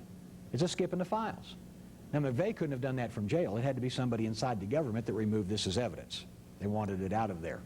They didn't want it to be able to be hooked up with anything. Another thing that happened the morning of the bombing was an hour after the bombing. Now, by this time, we've got radio, we've got TV, and everybody's talking about witnesses saying Middle Eastern males. We know it's a bomb. We know there's a lot of people hurt. They've already found other explosives inside the building. They spiked that story real quick. We've got a guy that shows up at the Oklahoma City airport. His name is Abraham. He shows up at the Oklahoma City airport at the American Airlines ticket counter, and he pays cash for a ticket to Beirut. And he's very nervous, and he's pacing the floor, and he's watching his watch, and he's waiting for the flight. Now, the people at the ticket office go, bombing in Oklahoma City, Middle Eastern males. Within an hour, this guy shows up. He's a Middle Eastern male, pays cash at the last minute for a ticket to Beirut, and he's acting real nervous. That's a profile. So they call the American Airlines security personnel head office in Dallas and report this. They call the office in Chicago O'Hare, and they call the FBI, and when Abraham gets up to Chicago and gets off to change planes, they nab him. They interrogate him for 2 hours, and then they let him go. Well, he missed his connecting flight, but his luggage didn't. So his suitcase goes on, and it heads for Rome. He catches the next plane out of the country, and he goes to London Heathrow. When he arrives in London Heathrow, Scotland Yard Special Branch is waiting for him. They nab onto him and they say, well, mate, we know you're a terrorist. We got you in our computer. We're sending you back because you're involved in that Oklahoma City deal. So they put him on a plane. They send him back, and the next plane out goes to Washington. FBI gets him again. They interrogate him for 2 hours, and they're told to let him go by the Department of Justice. So they let him go. He's gone, okay? Meanwhile, in Rome, the Carabinieri open up his suitcase, and inside we find wire cutters, pliers, other tools, wire, electrical tape, pictures of missiles, and a blue jogging suit. Now, let's go back to Johnny's tire store. One of the things that Mike Morose noted on John Doe 2, sitting in the cab of the truck with McVeigh, is he had an S-shaped tattoo on his shoulder. It was a snake in the shape of an S. Abraham Ahmad, this guy comes back into Oklahoma City. This is in the newspaper in Oklahoma City. I've still got the article. And he's all feeling so sorry for himself because everybody was mad at him thinking he was an awful terrorist and he's just a good old boy and all this kind of stuff. So the Oklahoma City newspaper goes down to talk to him, and all of a sudden he doesn't speak English and needs an interpreter. So he calls a friend of his to come over and interpret who speaks English. This friend shows up and interprets for him, and guess what he's got? He's got an S-shaped tattoo in the shape of a snake. It turns out that he's recognized not only there, but he's also recognized by somebody else who knows him personally from a bar in North Oklahoma City that said that she saw him and McVeigh, the guy with the S-shaped tattoo, we'll call him Rashid. She saw Rashid and this guy drinking beer in her bar in Oklahoma City, and she knows Rashid because he's a regular. Saw them together 2 days before the bombing, or 3 days, whatever it was. But they didn't want to talk to her. None of the witnesses that saw Middle Eastern connections, were talked to by anybody.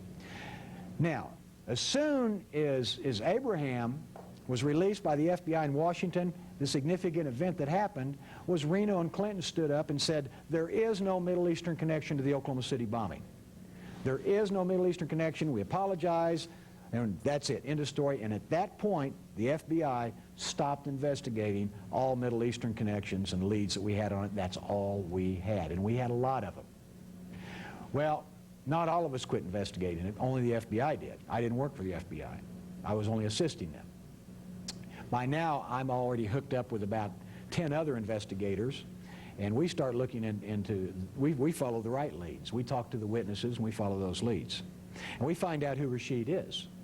He's an Iraqi.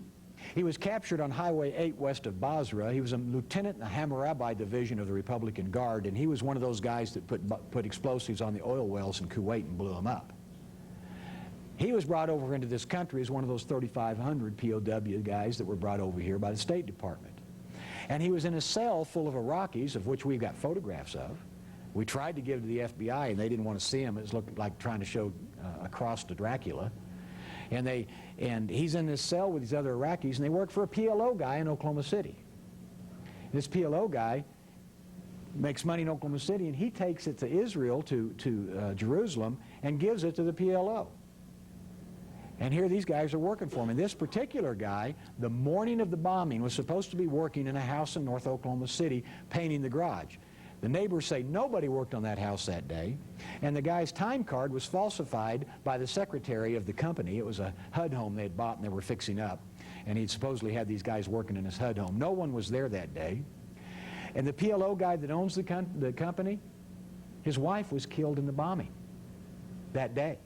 So he gave the rest of his ex-wife was killed in the bombing that day. He gave the rest of the company off to go celebrate. Now, all of this is starting to come together. You would think that we need to sack these guys up and take them downtown and have a little talk, right? The FBI won't touch them. Well, then we start finding out some other things.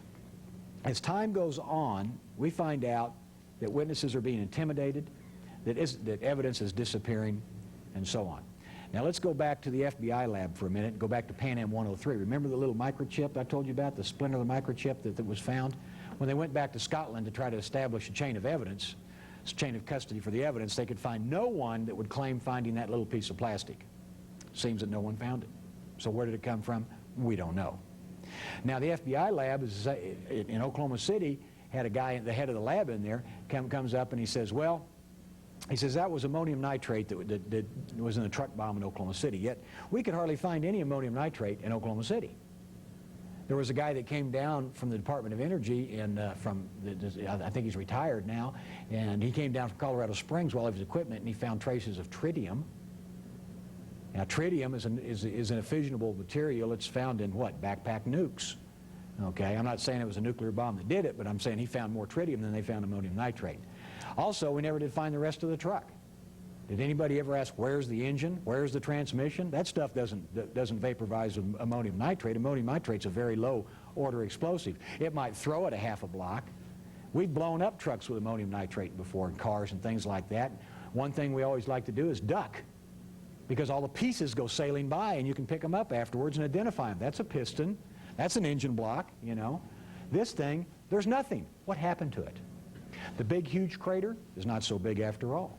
It's very small, and they just threw a couple of pieces of sheet metal over it, and the next thing you saw when they fly over it with a helicopter, there's a fire truck parked there. Now, if this had 4,800 pounds worth of ammonium nitrate, then it should have made a bigger crater, right? Now, look at all the damage that 4,800 pounds of ammonium nitrate did to this building. Go to the Khobar Towers in Saudi Arabia, and they drove up a truck bomb that was 5 times more powerful, filled with plastic explosives, Simtex and RDX. They set that thing off, and it was huge. It made an 80-foot crater that's like 15 feet deep and 30 feet wide. But what did it do to the building? You remember seeing the pictures? It just blew off the front facing of the building, just the outer wall. You could still see the furniture in the apartments in its right position. And the building was 6 inches of reinforced sand. You know, it wasn't even reinforced concrete or bomb-proof, earthquake-proof concrete like we had in Oklahoma City at the Murrah building. And the damage that was done at the Murrah building, none came out the back of the building. But we've got damage 6 blocks north. We got windows blown out of buildings 6 blocks north and east and northwest. But it didn't go through. The biggest damage in the building was in the pit, which is inside the building and went down 2 subfloors where the big V-shaped cut was. Now we start talking to witnesses, and they're saying, I didn't say anything. Well, that's not what you said, you know, when we first talked to you. Well, yeah, but the FBI came and told me I didn't see anything. What do you mean? Well, they said if I didn't see just McVeigh get out of the truck, then I didn't see anything. Now, you've got agents coming out telling people in Dealey Plaza that if you didn't hear 3 shots from the Texas School Book Depository, you didn't hear anything. If you heard shots from the grassy knoll, you didn't hear anything. Do you understand? Now in Oklahoma City, we've got, if you saw more than just McVeigh get out of that truck, you didn't see anything. If you saw Middle Eastern males, you didn't see anything. So now, we had one lady, she told us that she was up, you know, on one of the floors looking down, saw the truck park, saw McVeigh and John Doe 2 get out and go jump in the yellow Mercury and leave. She watched him from a window inside the Murrah building, not thinking too much about it. When she went to trial in Denver, she said all she saw was McVeigh. So the Jones team asked her, why did you say a year ago you saw 2 guys and now you just saw 1? She said, well, the FBI came by and corrected my thinking. That's not the way you investigate, folks. The way you investigate is you get all the witness statements, you put them together, and you find out how this thing comes together. You don't go around and design a case and then shave off everything you don't like that doesn't fit your private agenda. So that's what we ran into there, and we're going to run into it again, too, in another case we're going to talk about in just a little bit. So then they failed to follow all the leads. We were giving them leads all over the place, and they failed to follow them. They only followed them if it had to do with neo-Nazis and militia and things like that, which there wasn't any leads to the militia.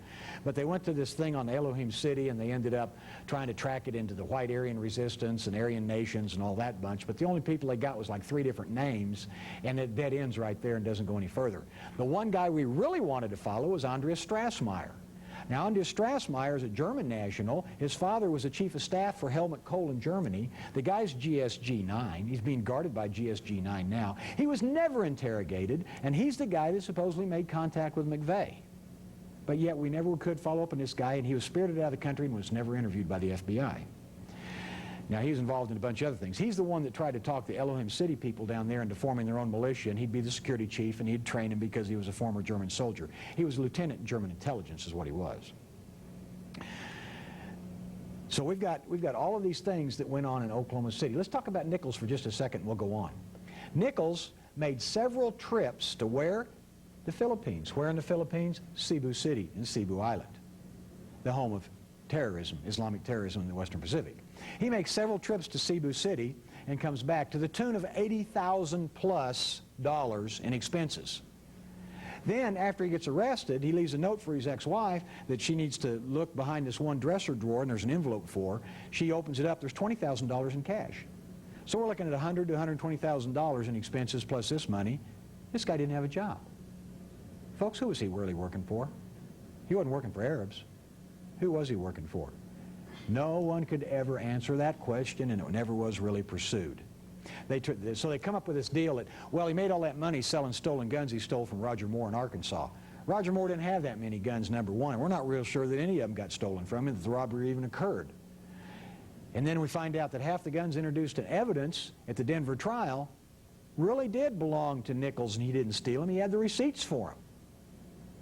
But the FBI added those serial numbers onto the list of stolen guns and then presented it at trial as evidence. That's falsification of evidence. That's a felony, folks. We saw more felonies being committed by the FBI than we did the bad guys.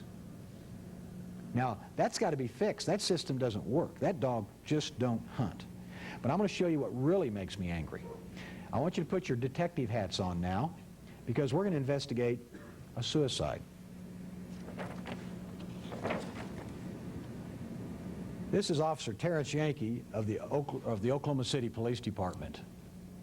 He was one of the first ones in the building on day one. He saw things he probably shouldn't have seen. He probably saw other explosives. We've got one lady who's a witness who's already testified to the grand jury that she saw guys that were, these are Caucasian males, dressed in overalls, coveralls, maintenance-type coveralls, putting putty against the pillars inside the sub-basement of the parkade of the Murrah building and stringing wire between it. And she thought it was phone company employees putting up a temporary phone line. She didn't understand what plastic explosives do.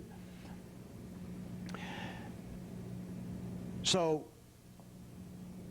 Yankee gets inside the building. He has a chance to look around real good, and he's also pulling survivors out and helping the wounded people and things like that. And he stumbles across information on day one that the federal government had the building staked out, that they knew this thing was coming down. They were going to do a sting operation, and it didn't work. Well, the reason it didn't work is you had some people staking the building out who thought they were doing a sting operation, and you had another team that was going to make sure that this building came down no matter what, because we had 3 explosions that occurred. They're all on seismogram tape, 3 events of equal duration and equal spacing. That's not one truck bomb, and that's not the building collapsing, because when they really blew the building down to go hide it someplace and bury it and put guards around it later on, when the building came down, it barely rippled the stylus on the tape. So that wasn't just part of the building collapsing that made the second event on the tape. That didn't happen. There were 3 actual explosions that occurred, and they all showed up at 3 different stations. Well, Yankee saw all this stuff, and he started putting a case together, and he tried to get his police department to work it, and they didn't want anything to do with it. They said, it's a federal case, it's an FBI problem, we don't want nothing to do with it, and we want to stay away from those guys. Well, he continued to work it anyway, and he got in with other investigators and other people, and he started accumulating a bunch of files and a bunch of data and a bunch of evidence. And he was getting quite a ways along with it, and then his apartment got broke into. Then it got broke into again. Then his car got broke into. Then he was followed by men in black in strange sedans.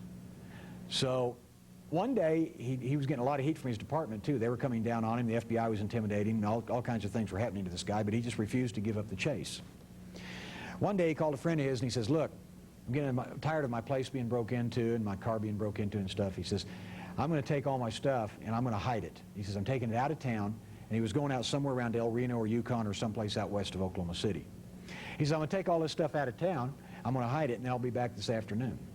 I got to go by the police department first. They want to chew on me for a while, and then I'll go on from there. Well, he called his friend from the police department. He says, well, I got a couple of feds tailing me. He says, I'm going to have to lose them. It may take me a little longer than I thought. Then I'm going to hide this stuff. Probably, I don't know, maybe he's going to put it in a mini storage or some friend's house, whatever. Then he says he's going to come back. Well, he didn't come back. They found him the next morning out in a field a mile away from his car, which was left at this little dirt road out in the country, and he had committed suicide according to the reports. Here's the certificate of death, and if you look at this, you can see it's a gunshot wound to the head. They've got it listed as a suicide. They say it was self-inflicted. He was found in a field 2.5 miles west of El Reno Reformatory, which is where they'd kept McVeigh, state of Oklahoma death certificate. Little problem here, folks. That's all you're supposed to see. Now I'm going to show you what you're not supposed to see. We got a hold of this. The investigation team managed to grab this, and you've got a gunshot wound to the head. You've got both jugular veins slashed. You've got slash marks inside both elbows and vertical slash marks paralleling the veins and arteries of both wrists. Now, it doesn't show the rope mark around his neck, and it doesn't show the handcuff marks that were on his wrist.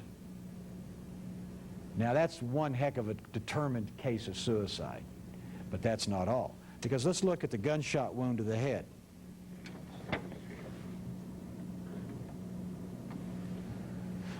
If you'll look at this, this is the entrance wound.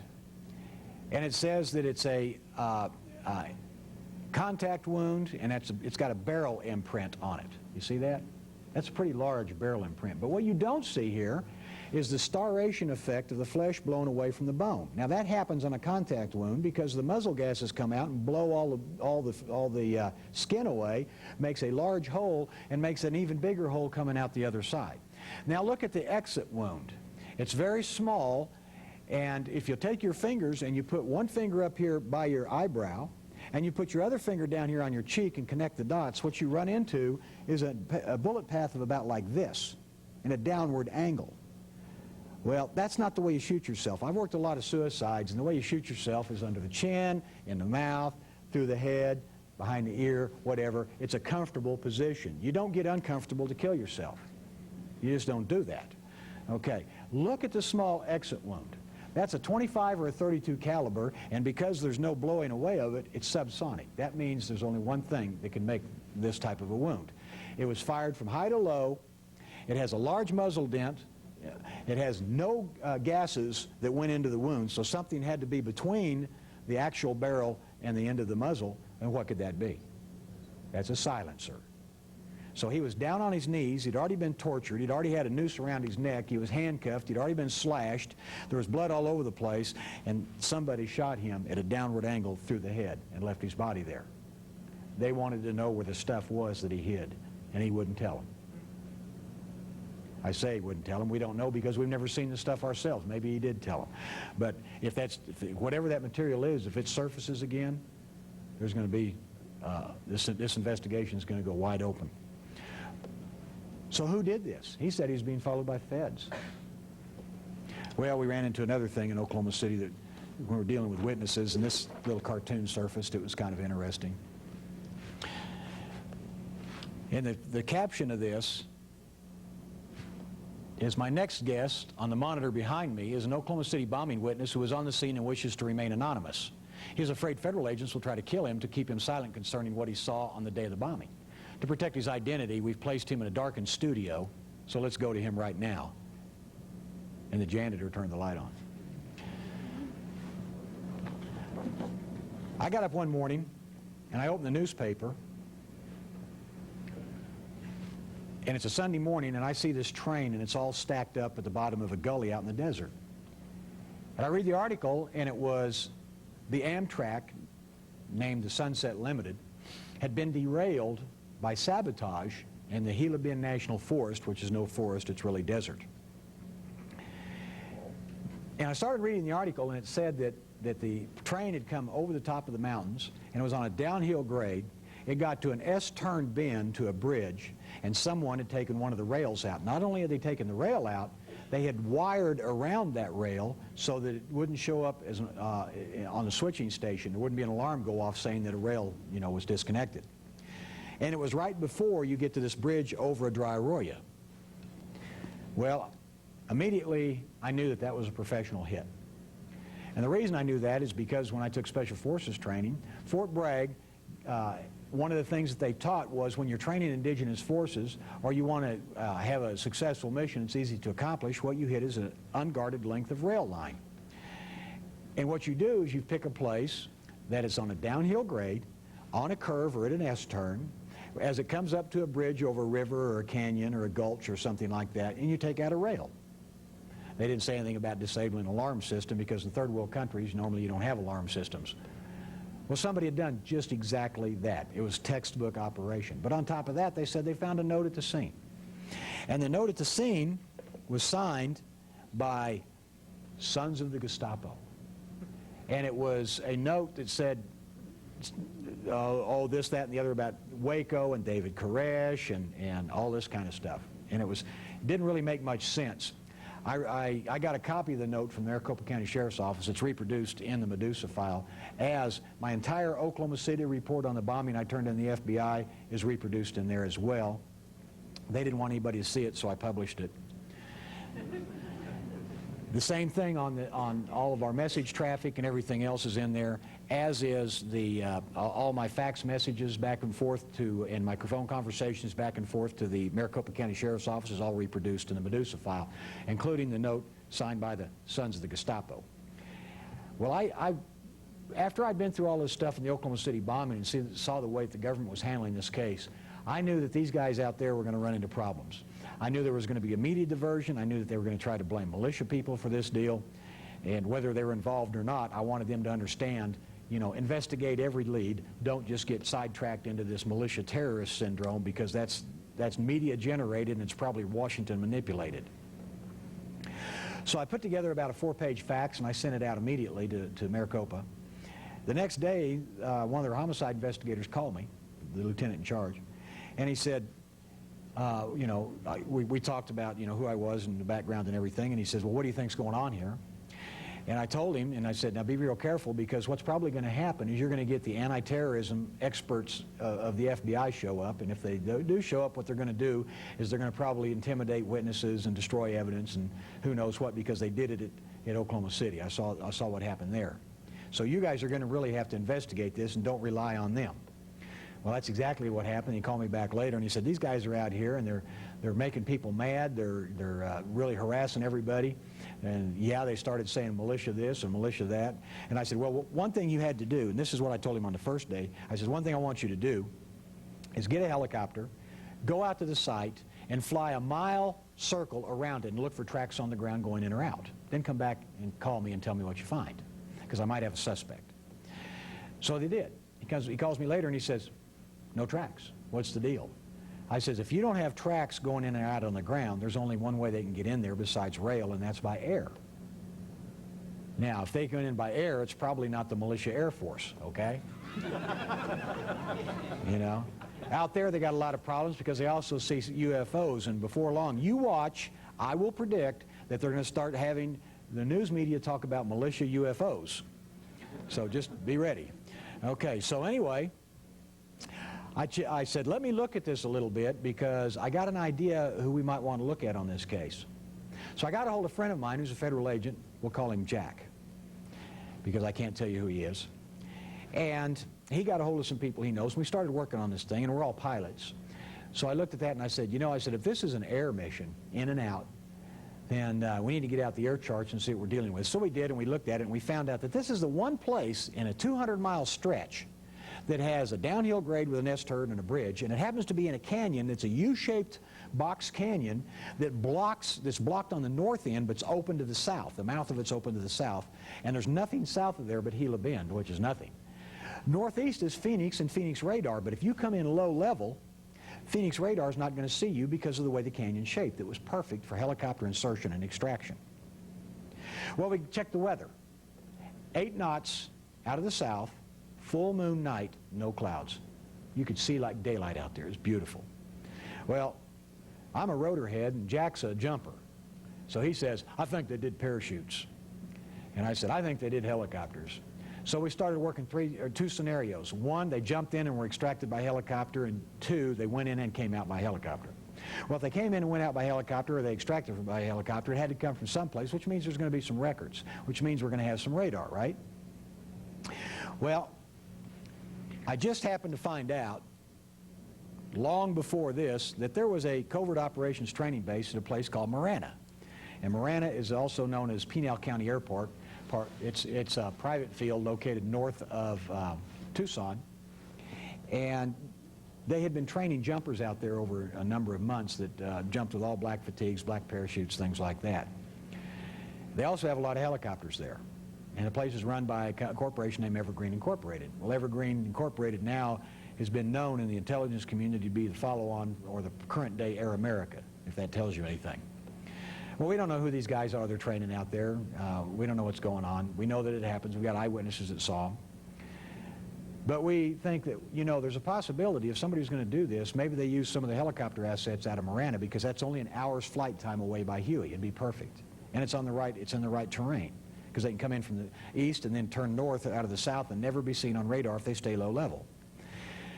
Well, Jack starts checking around, and he gets to Albuquerque Center, and he looks at the radar tapes. And lo and behold, he finds an airplane. It took off that night. Now remember, this thing happened about 1 o'clock in the morning. It took off that night about somewhere after midnight, and it went southwest, climbed to 10,500 feet, turned west, and it put itself on a course line 1 mile south of the bridge. And as it came up to the bridge, it dropped to 8,500 feet, leveled out, and then after leaving the bridge, went back to 10.5, went to Indio, California, dove for the deck, stayed as low as it could, skirting along the dunes, popped up over the hills and refueled in Montgomery Field in San Diego. Well, we got the fuel records for the plane they refueled, and it checked to a major corporation that does covert operations and contracts for the government. Now, how did the guys get out? If they jumped out of that airplane, how did they get out? Well, we thought what we do is we'll call the radar balloon, or the radar balloons that are based out of Yuma that have all the aerostat down-looking radar all along the coast, or the border. And they said they'd be glad to look at it. Well, a week goes by, we don't hear back, so we call them up and we say, what happened? What'd you find out? And the sergeant says, well, sir, it seems that that particular night all the balloons were down for maintenance.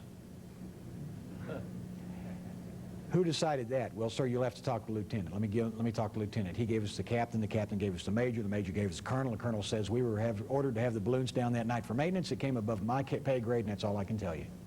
Well, folks, as far as I can tell, above his pay grade is in Washington. Every down-looking drug radar balloon we had on the border was down in one night for maintenance. I got a problem with this. So we start working this thing, we put it all together. We end up flying out to Phoenix and have a meeting with the Maricopa County people, and we laid out everything that we had and said, you know, I got a bad feeling that this was an operation that originated out of Marana. Not sure exactly who the bad guys are, but that's where I would look. And they said, well, how do you think we can solve this case? We said, well, we don't think you'll ever be able to solve this case because it's being covered up. And the way that what you're going to have to do is solve it in your own mind. You won't be able to take anybody to court, but you can solve it in your own mind. And here's how you do that. You go over to the FBI and you tell them you're getting ready, you got good, reliable information from a reliable source that there may be some connections to this thing, to some organization over at Marana, and you're going to serve search warrants over there and ask them if they want to go along. Well, they didn't. In fact, within a few days, the FBI left, and you haven't heard a thing about the Amtrak case since. That whole story is in the Medusa file. Well, they asked me while I was down there, they said, you know, you've got these 5 categories you talked about of terrorist targets. You've had the World Trade Center, you've had Oklahoma City, now we've got Amtrak. What do you think's next? And I said, well, there's only 2 left.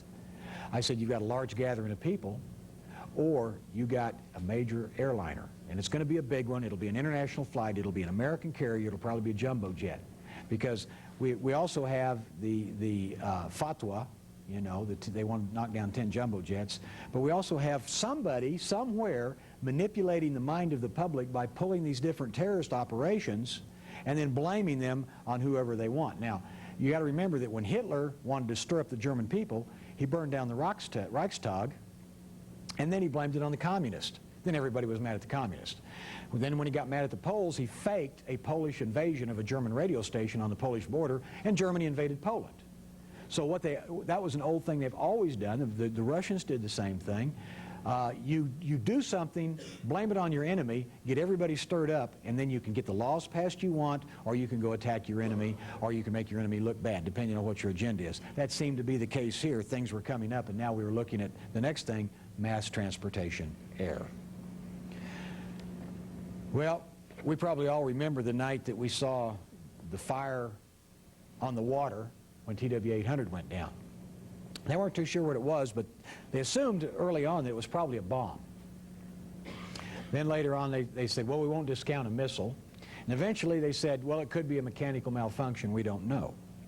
Well, the first thing that we saw was what? Media diversion. Again, they launched after the militias. And they said, militias probably put a bomb on the airplane. Why? See, you've got this thing called motive. Every cop says, what's the motive? The militia doesn't have a motive to blow up a federal building, derail a train, or shoot down or blow up an airliner. I mean, that's counterproductive. That'd be the stupidest thing anybody would do. And the Aryan Nation and the White Aryan Resistance and all those guys don't have the assets, the means, or the guts. So it's, you know, that's not a good place to spend a lot of assets and resources checking out. You have to go to who has the means and who has the motive and who has the opportunity. Well, when you look at these things, we wonder why the media all of a sudden always points the same direction, but we go back and find out the information comes from the same places, and they don't know anything about it at all. They're just accomplishing their own agenda, but they're feeding the media, and the media is putting it out as if it's gospel truth. Now, the TW-800, we had over 100 witnesses that saw a missile.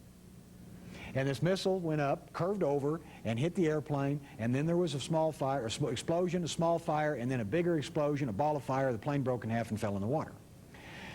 Well, a lot of these witnesses were told later, if you saw a missile, you didn't see anything. If you heard anything but 3 shots from the Texas School Book Depository, you didn't hear anything. If you saw more than one guy get out of the Ryder truck, you didn't see anything. You see where this is going? Do you see the pattern here? The FBI lab was involved in this one as well, as it was in the others. By now, Agent Frederick Whitehurst has come forward, and he said, look, this lab's all messed up. They contaminate evidence, they falsify evidence, they cheat, they put the wrong guys in jail, and so on. He ended up winning, by the way, about a $3.5 million lawsuit a couple of weeks ago on this deal after they harassed him for being a whistleblower. Okay, so one little old lady, by the way, she's like 82 years old up in Long Island. They tried to intimidate her, and she wouldn't be intimidated. Sonny, I know what I saw.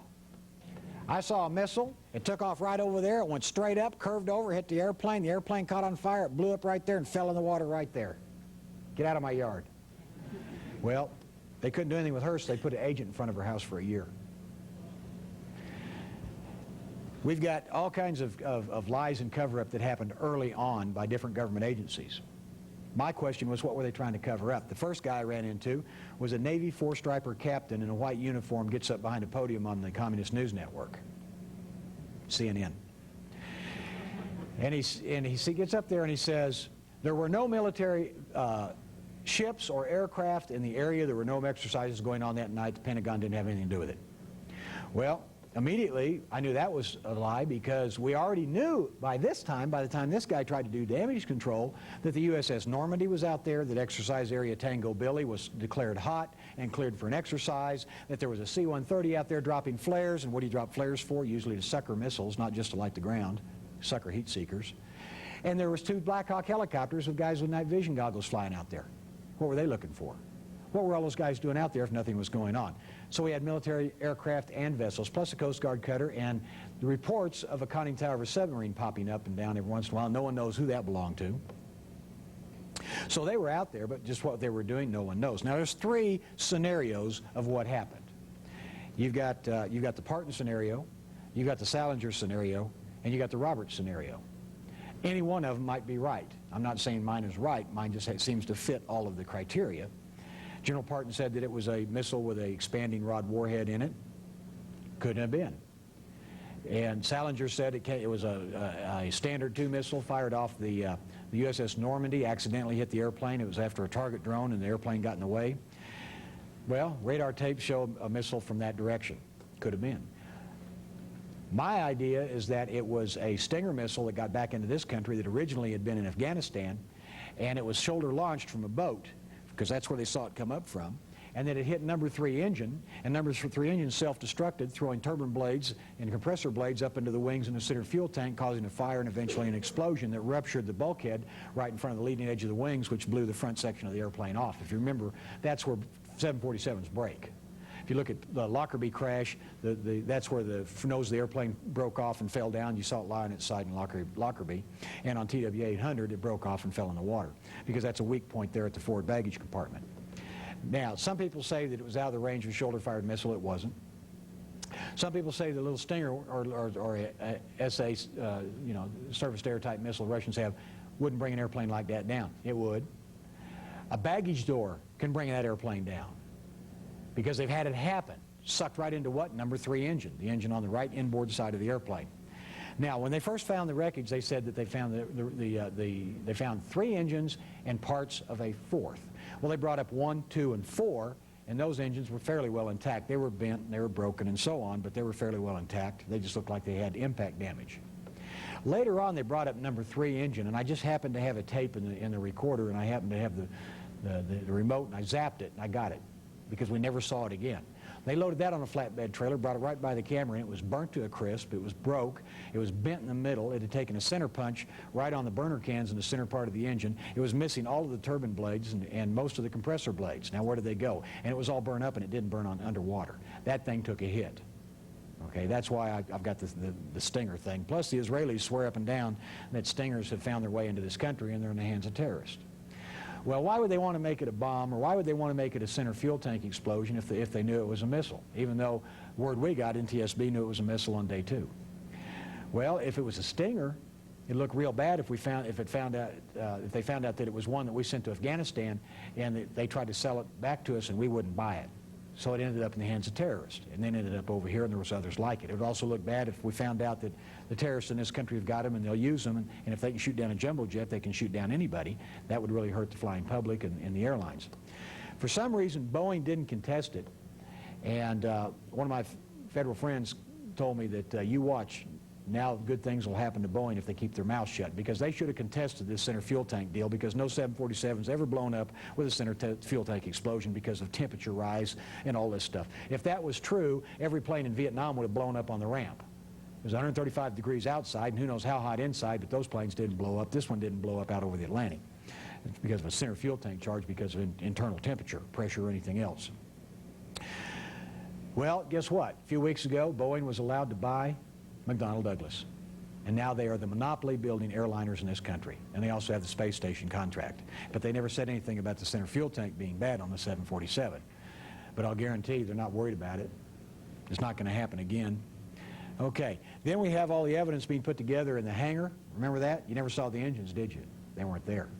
Also, the FBI would come out, and they would pick up pieces of wreckage, and they would take them off into a little room they called the bomb room. They'd never come back. My question is, what was on those pieces of wreckage? The NTSB wasn't allowed to have them. Did they have missile fuel residue? Did they have explosive residue? Why did they show an explosion from something else outside the aircraft? Why were those pieces taken and supposedly sent to the infamous FBI lab, and why did they not come back? Then we've got the media gullibility. Did you see the media interview one single witness? I didn't. Did you see them buy off everything that was said? I did. Remember Elmer Fudd?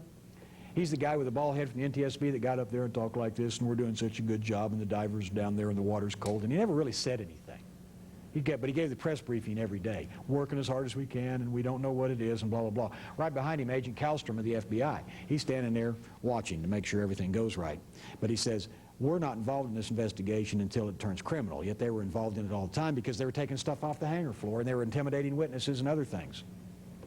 Well, when they finally decided that it was a center fuel tank, case closed, we're out of here, shut the investigation down, Kallstrom got a job in a high position in the New York City bank the next day when he retired. Good things happen to those that work with the right people, right? So what do we get out of all this? Well, for one thing, we got the Comprehensive Anti-Terrorism Act of 1995. Now, it was going to be a lot worse than what it really was, but something happened. People started calling their congressmen and senators and saying, we don't want this. This is ridiculous. Clinton was saying, well, people are going to have to give up some of their rights for more security. That's what they've been after for 200 years, folks. They want to do away with any rights we think we've got in the Constitution. Because if they can do that, then they can do anything they want. You have a police state at that point. If they can do away with the Bill of Rights, or any one of the Bill of Rights, they've made headway. Now, the way they do it is they do it a little bit at a time. It's called incrementalism. They ask for 100% of something, the Republicans compromise, and they get 50%, and they move halfway to their goal. Then they ask for 100% again, they get 50%, now they got the whole thing. And they keep doing that. And the Republicans, you ask the Republicans, they say, well, we had to compromise. No, you never, ever have to compromise on anything. Travis didn't compromise at the Alamo when he drew a line in the sand, did he? You don't have to compromise. You have to stand there and stand your ground, and you have to be firm. That's the problem we've got with preachers nowadays. Too many of them are compromising. Folks, I don't like wussy preachers. If they can't tell the truth, if they can't get up there and preach the Word and tell us what's going on today and what's going to happen tomorrow, they need to be down at the mall selling shoes. They sure don't need to be up there behind the pulpit. If they haven't got the guts to be the leader of the flock, then they're in the wrong line of work because they're not accomplishing God's mission. They're a failure. Okay, so we got the same thing. You know what the difference in Washington, when you get to the Washington level, is between Republicans and Democrats? A lot of people say nothing. There's a big difference. I'll tell you what it is. Here's the formula. If the Democrats vote to burn down Washington, the Republicans want to phase it in over a 2-week period. Now, we didn't like this Comprehensive Anti-Terrorism Act of 1995, but they voted a watered-down version in. They got halfway to where they wanted. We'll see more of that as we have more things happen. They'll pass more anti-terrorism stuff as it comes along until you can't have guns, you can't have this, you got border checkpoints on your freeways, you get stopped and frisked by the police, you don't have any right to the Fifth Amendment or the Fourth Amendment, and so on and so forth. They'll do away with the First Amendment because what you say is inflammatory and hate speech. And they'll do away with the Second Amendment because guns are dangerous and they shouldn't be in the hands of all those fanatics, and the only way we can get them out of the hands of the terrorists is take them out of the hands of everybody, and et cetera, and on and on. Well, one organization that got a little irritated about this wrote this press release, and in there they said federal law enforcement agencies already have all the power they need to halt terrorism in the United States. They have more power than they can handle. The abuses inflicted on ordinary Americans at Waco and Ruby Ridge made that all too clear. And then down at the bottom they said at minimum, Congress must address in a meaningful rather than political way the serious issues raised by Waco, Ruby Ridge, and other cases where federal law enforcement agencies have injured innocent citizens while abusing the vast array of powers they now have. Who do you think wrote that? The NRA? John Birch Society? How about the American Civil Liberties Union? Now, when they jump on that train, something's wrong, because even they would suffer under this anti-terrorism bill. So who's really behind it? If it's not the far lefties, and if it's not the righties, and it's not the middle of the roaders, who do we have? Well, I would look real hard at the Committee of 33 and all of the hierarchy on the international global socialist set. So then we run into what is the next or the last target. Remember the last category. The last category is a large gathering of people, right? Well, where could that be? Well, it could be a sporting event, it could be a parade, it could be a church picnic as far as that's concerned, or it could be a town or a city. How many of you have ever seen a city water supply that's guarded or has fences around it? There's no one ever there. People go there and they go fishing, right? And that's a very easily accessible place for distribution all over a city. We used to have an exercise back in the 70s when I was in the National Guard where we'd have to go out and guard the city water supply because terrorists had gotten into town and they were going to put LSD in the water, and it was going to get out into the water system. Can you imagine a bunch of guys that were drinking our water and then were airplane pilots taking off from International Airport on LSD? Boy, what an air show, right? Cab drivers and ambulance drivers on a trip, literally. Yeah, that would have been fun. Well, now what we're worried about is more than that, because right now we have information, and it's been circulated around, and the media really hasn't covered it very well, that there are Middle Easterners who have smuggled biological weapons into this country. I mean, germs in bottles and test tubes, things like that. In fact, one instance was in the news. It was covered in the news. It was on TV. It was only on one day, and you never saw it again. But in New Orleans, about almost a year ago, there was a Middle Eastern male came into the New Orleans airport. And when I was down in New Orleans, I asked them, and they all remembered it because they were there. And it was on the news there for a while. They just spiked it outside the state, the same way they spiked all of our Oklahoma City news when it got to New York City. That's why you never saw it. It was all a news blackout. Well, this guy was a Middle Eastern male. He came in the New Orleans airport. They opened his suitcases at customs, and they found a cylinder in there. And in the cylinder, they don't know what it was, but they picked it up. We're looking at it. This guy probably thought they were going to open the valve, so he took off running. Well, they didn't catch him, and he got away, but they had the cylinder. They called the powers that be. They came down in rubber suits and gloves, and they hauled this thing off. It probably had chemical or biological stuff. Now, when I talk about chemical and biological, let me explain what that is. Biological means germs. Chemical means chemicals. Chemicals, basically, we're talking about gases and agents. And these are laboratory-produced things, and they fall into three basic categories. That is an irritant, a blister agent, and a nerve agent. Now, the irritant is like tear gas, CS gas. The the blister agent's like mustard gas. Gets on your skin, it causes blisters. Or you breathe it in your lungs, it blisters your lungs. Any mucous membrane. Nerve agent kills you right now, today, here, this second, you die, okay? Heart seizes up, lungs quit, respiratory system quit, nervous system shuts down. The Gulf War syndrome is not a nerve gas, no matter what they would have us believe. They can blow up all the nerve gas storage points they want over there, and if anybody got nerve gas, they would have died or become so sick if it was just a little bit and they didn't get very much that they would know instantaneously, and you can't pass it on to your relatives. There's no incubation period, and you can't bring it home. Biological, on the other hand, can attack everybody differently, and there is an incubation period, and you can get it in your food, you can get it in the air, you can get it in the water, other ways. And you get home, and maybe a year later, or 6 months later, or a month later, or 4 years later, you start having symptoms. You can also pass it to your spouse, to other members of your family, to neighbors, and so on, because it is a disease, okay?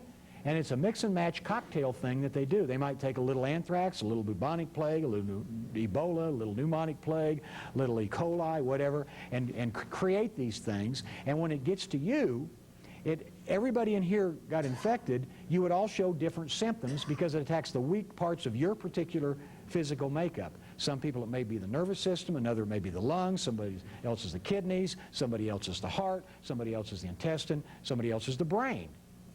That's why they say, none of us, these people all have different diseases. No, they just react differently to the same disease. So that's basically what we're talking about in Gulf War syndrome. I talk about that in the Medusa file. I also talk about Agent Orange. You'll find a very interesting story on that. So now we've got the problem of we've got the terrorist groups in the country. We've had terrorist attacks. We don't know how to deal with them. The federal government isn't dealing with them properly because they're not even working the cases and putting all the bad guys in jail. Now, real cops, I'm talking about real policemen here, the object is to get all of the bad guys, put them in jail, and take as long as it takes to get all of the bad guys. How come they shut down the Oklahoma City investigation after just McVeigh and Nichols, you know, Lee Harvey McVeigh and the other guy? How come? How come they shut down the TW-800 with a declaration that it's a gas tank and that's it? How come they went away on the Amtrak deal and never did arrest anybody?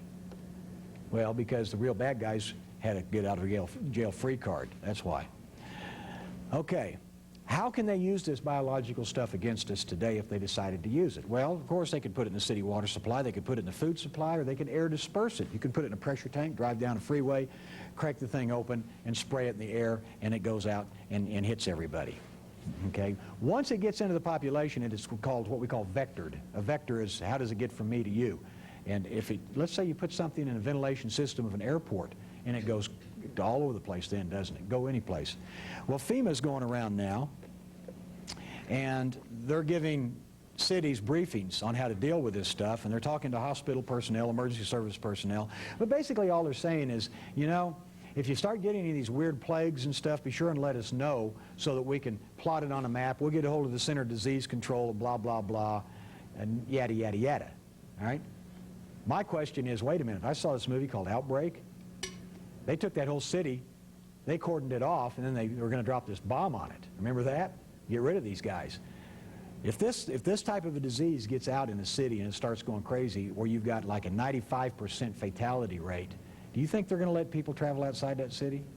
Do you think they're going to let this thing spread? So I'm just real curious on what's going on here, because they could deal with it right now by going after the people who are making this stuff. Locate these guys, stake them out. You know, they can track down anybody they want to. They could track down these 3,500 Iraqis and check them out. Check out their apartments, check out their basements, check out any storage areas they've got. They could start being proactive on this instead of waiting for something to happen. Okay, we need security of utilities. Okay, if you put this stuff in the water supply, let me tell you how easy it is. In World War II, 2 agents went to New York City. They took a pressure canister of red dye. They got a hotel room in Manhattan. They plugged a hose onto the cold water tap. They opened it up, and they back pressured the system by opening the tank. They put all that dye into the system. They closed off the water tap, and 2 days later, there's pink water all over Manhattan. Now, if that had been a poison, or if that had been a bacteriological weapon, you could knock that in New York City. That's how easy it is. You don't have to have a B-52 with a big bomb in it to knock out a city nowadays. And Saddam Hussein's got this stuff, and who did he get it from? We sold it to him. And who sold it to him? The Bush administration. It came out of Houston, Texas, and out of Boca Raton, Florida, and it sold to a guy named Ihsan Barghouti. Barghouti was an arms dealer for the Iraqis, and he's the one that got it into the system. He's supposed to be dead now, but he's died before and come back alive, so we're not sure about him. Okay. My question is, why aren't we being informed by the media? You know, back in the 50s when I was a kid, we had the civil defense, and I grew up in Southern California, and we used to have a deal called duck and cover. Now down in Oklahoma, they run an alarm and everybody hides from tornadoes. We used to hide from atom bombs. What you do is you get under your desk, you put your hand over your head like this, and if they drop an atom bomb on you, you're okay. But we did have fallout shelters, and we had food, and we had blankets and bandages and nurses trained, and my dad was in the civil defense and had a Geiger counter and a white helmet and the whole bit. We got nothing now. We have zilch. We got FEMA. That's nothing. So what's really going on? The Russians have underground bunkers every place. All of their missiles are targeted at us. Ours are targeted to the middle of the Atlantic. They have a 100% fully manned military force. We have nothing. And what we do have is committed in Korea, Bosnia, and in the Persian Gulf. We don't have anybody at home now. So we got a serious problem. I'm going to show you the 10 toes of the beast. There's the 10 regions of FEMA. And you're up here in Region 5. I'm down in 6. I'm real lucky because down here is the headquarters of FEMA is down in Denton, Texas, in Region 6. And that's Raymond Buddy Young. And he was the trooper that worked for Clinton back when Clinton was governor of Arkansas. He got rewarded by being there. He was at the Oklahoma City bombing within an hour of the bombing from Texas. Pretty good. Okay.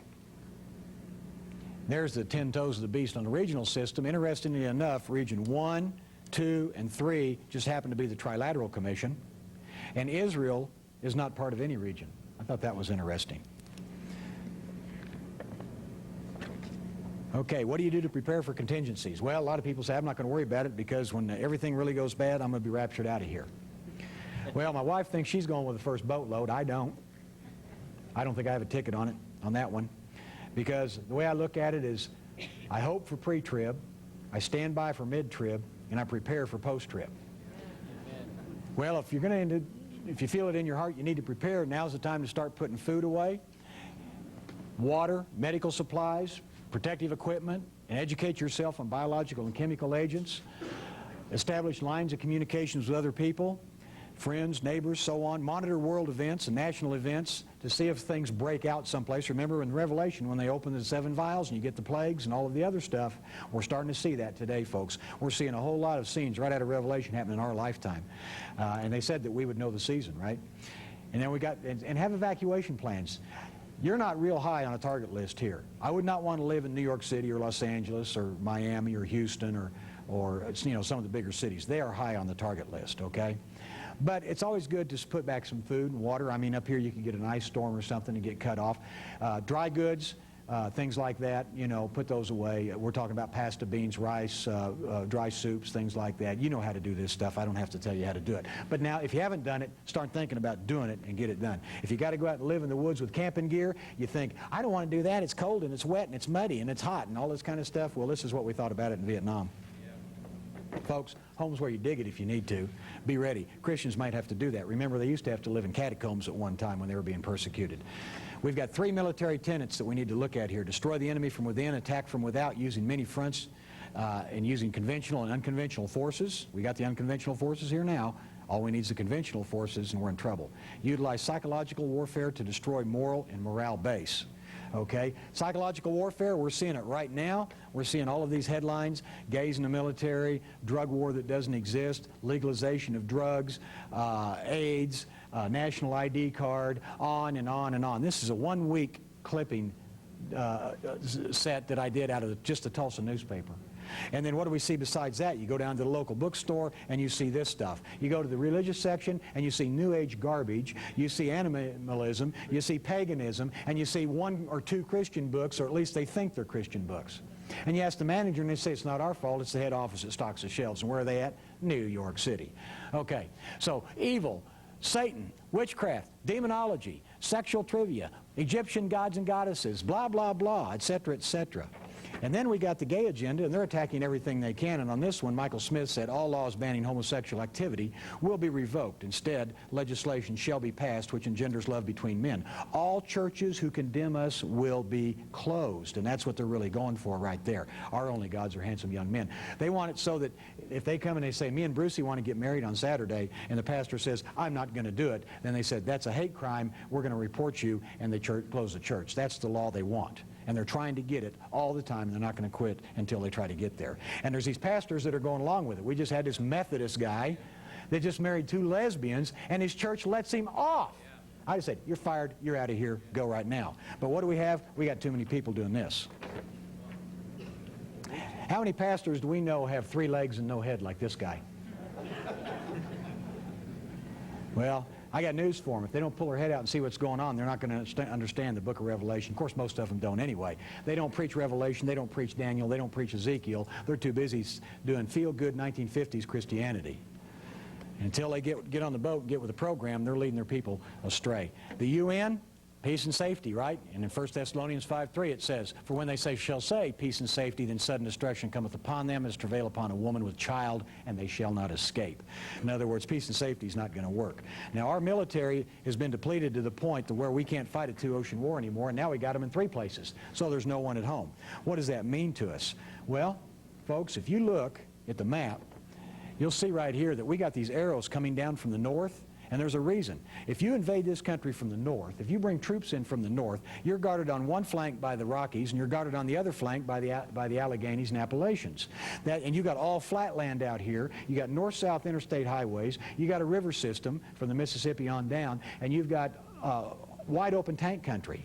You don't even want the coast. You don't even care about the coast. You want to get rid of the coast because those are centers of logistics, centers of communication, centers of politics, strategic and tactical targets. So get rid of those guys and take the breadbasket, take the minerals, and take everything home. That's the way they do it. Now, in the scripture, it says that they will invade out of the north, doesn't it? If you go down to Ezekiel 38:15-16, and it says, thou shalt come up against my people of Israel as a cloud to cover the land. It shall be in the latter days, and I will bring thee against my land, that the heathen may know me, when I shall be sanctified in thee, O Gog. And who is Gog? Russia. Now, I was given an exercise at Command and General Staff College, and if you look at this thing, Russia, by the way, is very close to us. If you just fly over the pole, and what do you hit first? The northern part of the United States. Okay? And when they try to take a country, this is age-old. This is what they do.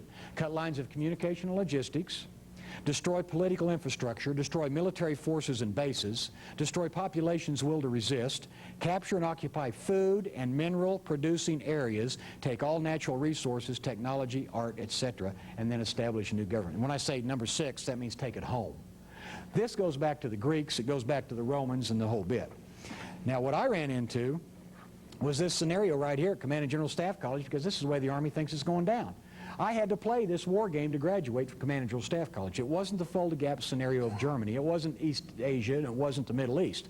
It was the Russians that invaded over the pole in the middle of the night, that established railheads and airheads and forced their way south with weapons. Now, they were invited into the country in another scenario where the UN comes in to put down internal strife, internal revolution. Okay? So they asked the Russians to come in, and they come in this way. This was an out-and-out invasion. Okay? This goes along with what Dmitri says. And also at the same time, we got a second front coming from the south. I was a division commander along this line right here, and I had to write a paper on the defense, a withdrawal, and a counterattack. And I had to justify all my positions. Now, the same scenario was here, and it happened with, they bombed the cities on the coast, and they were trying to take the central part of the United States. Now, that's what Dmitri Duderman said was going to happen. Well, I called Fort Leavenworth, and I said, I don't want to play this game. This is stupid. This is not realistic. I want a realistic one. Give me the folded gap scenario or something else that I might really be in. Well, he said, he ran me in the computer. This is a colonel I'm talking to.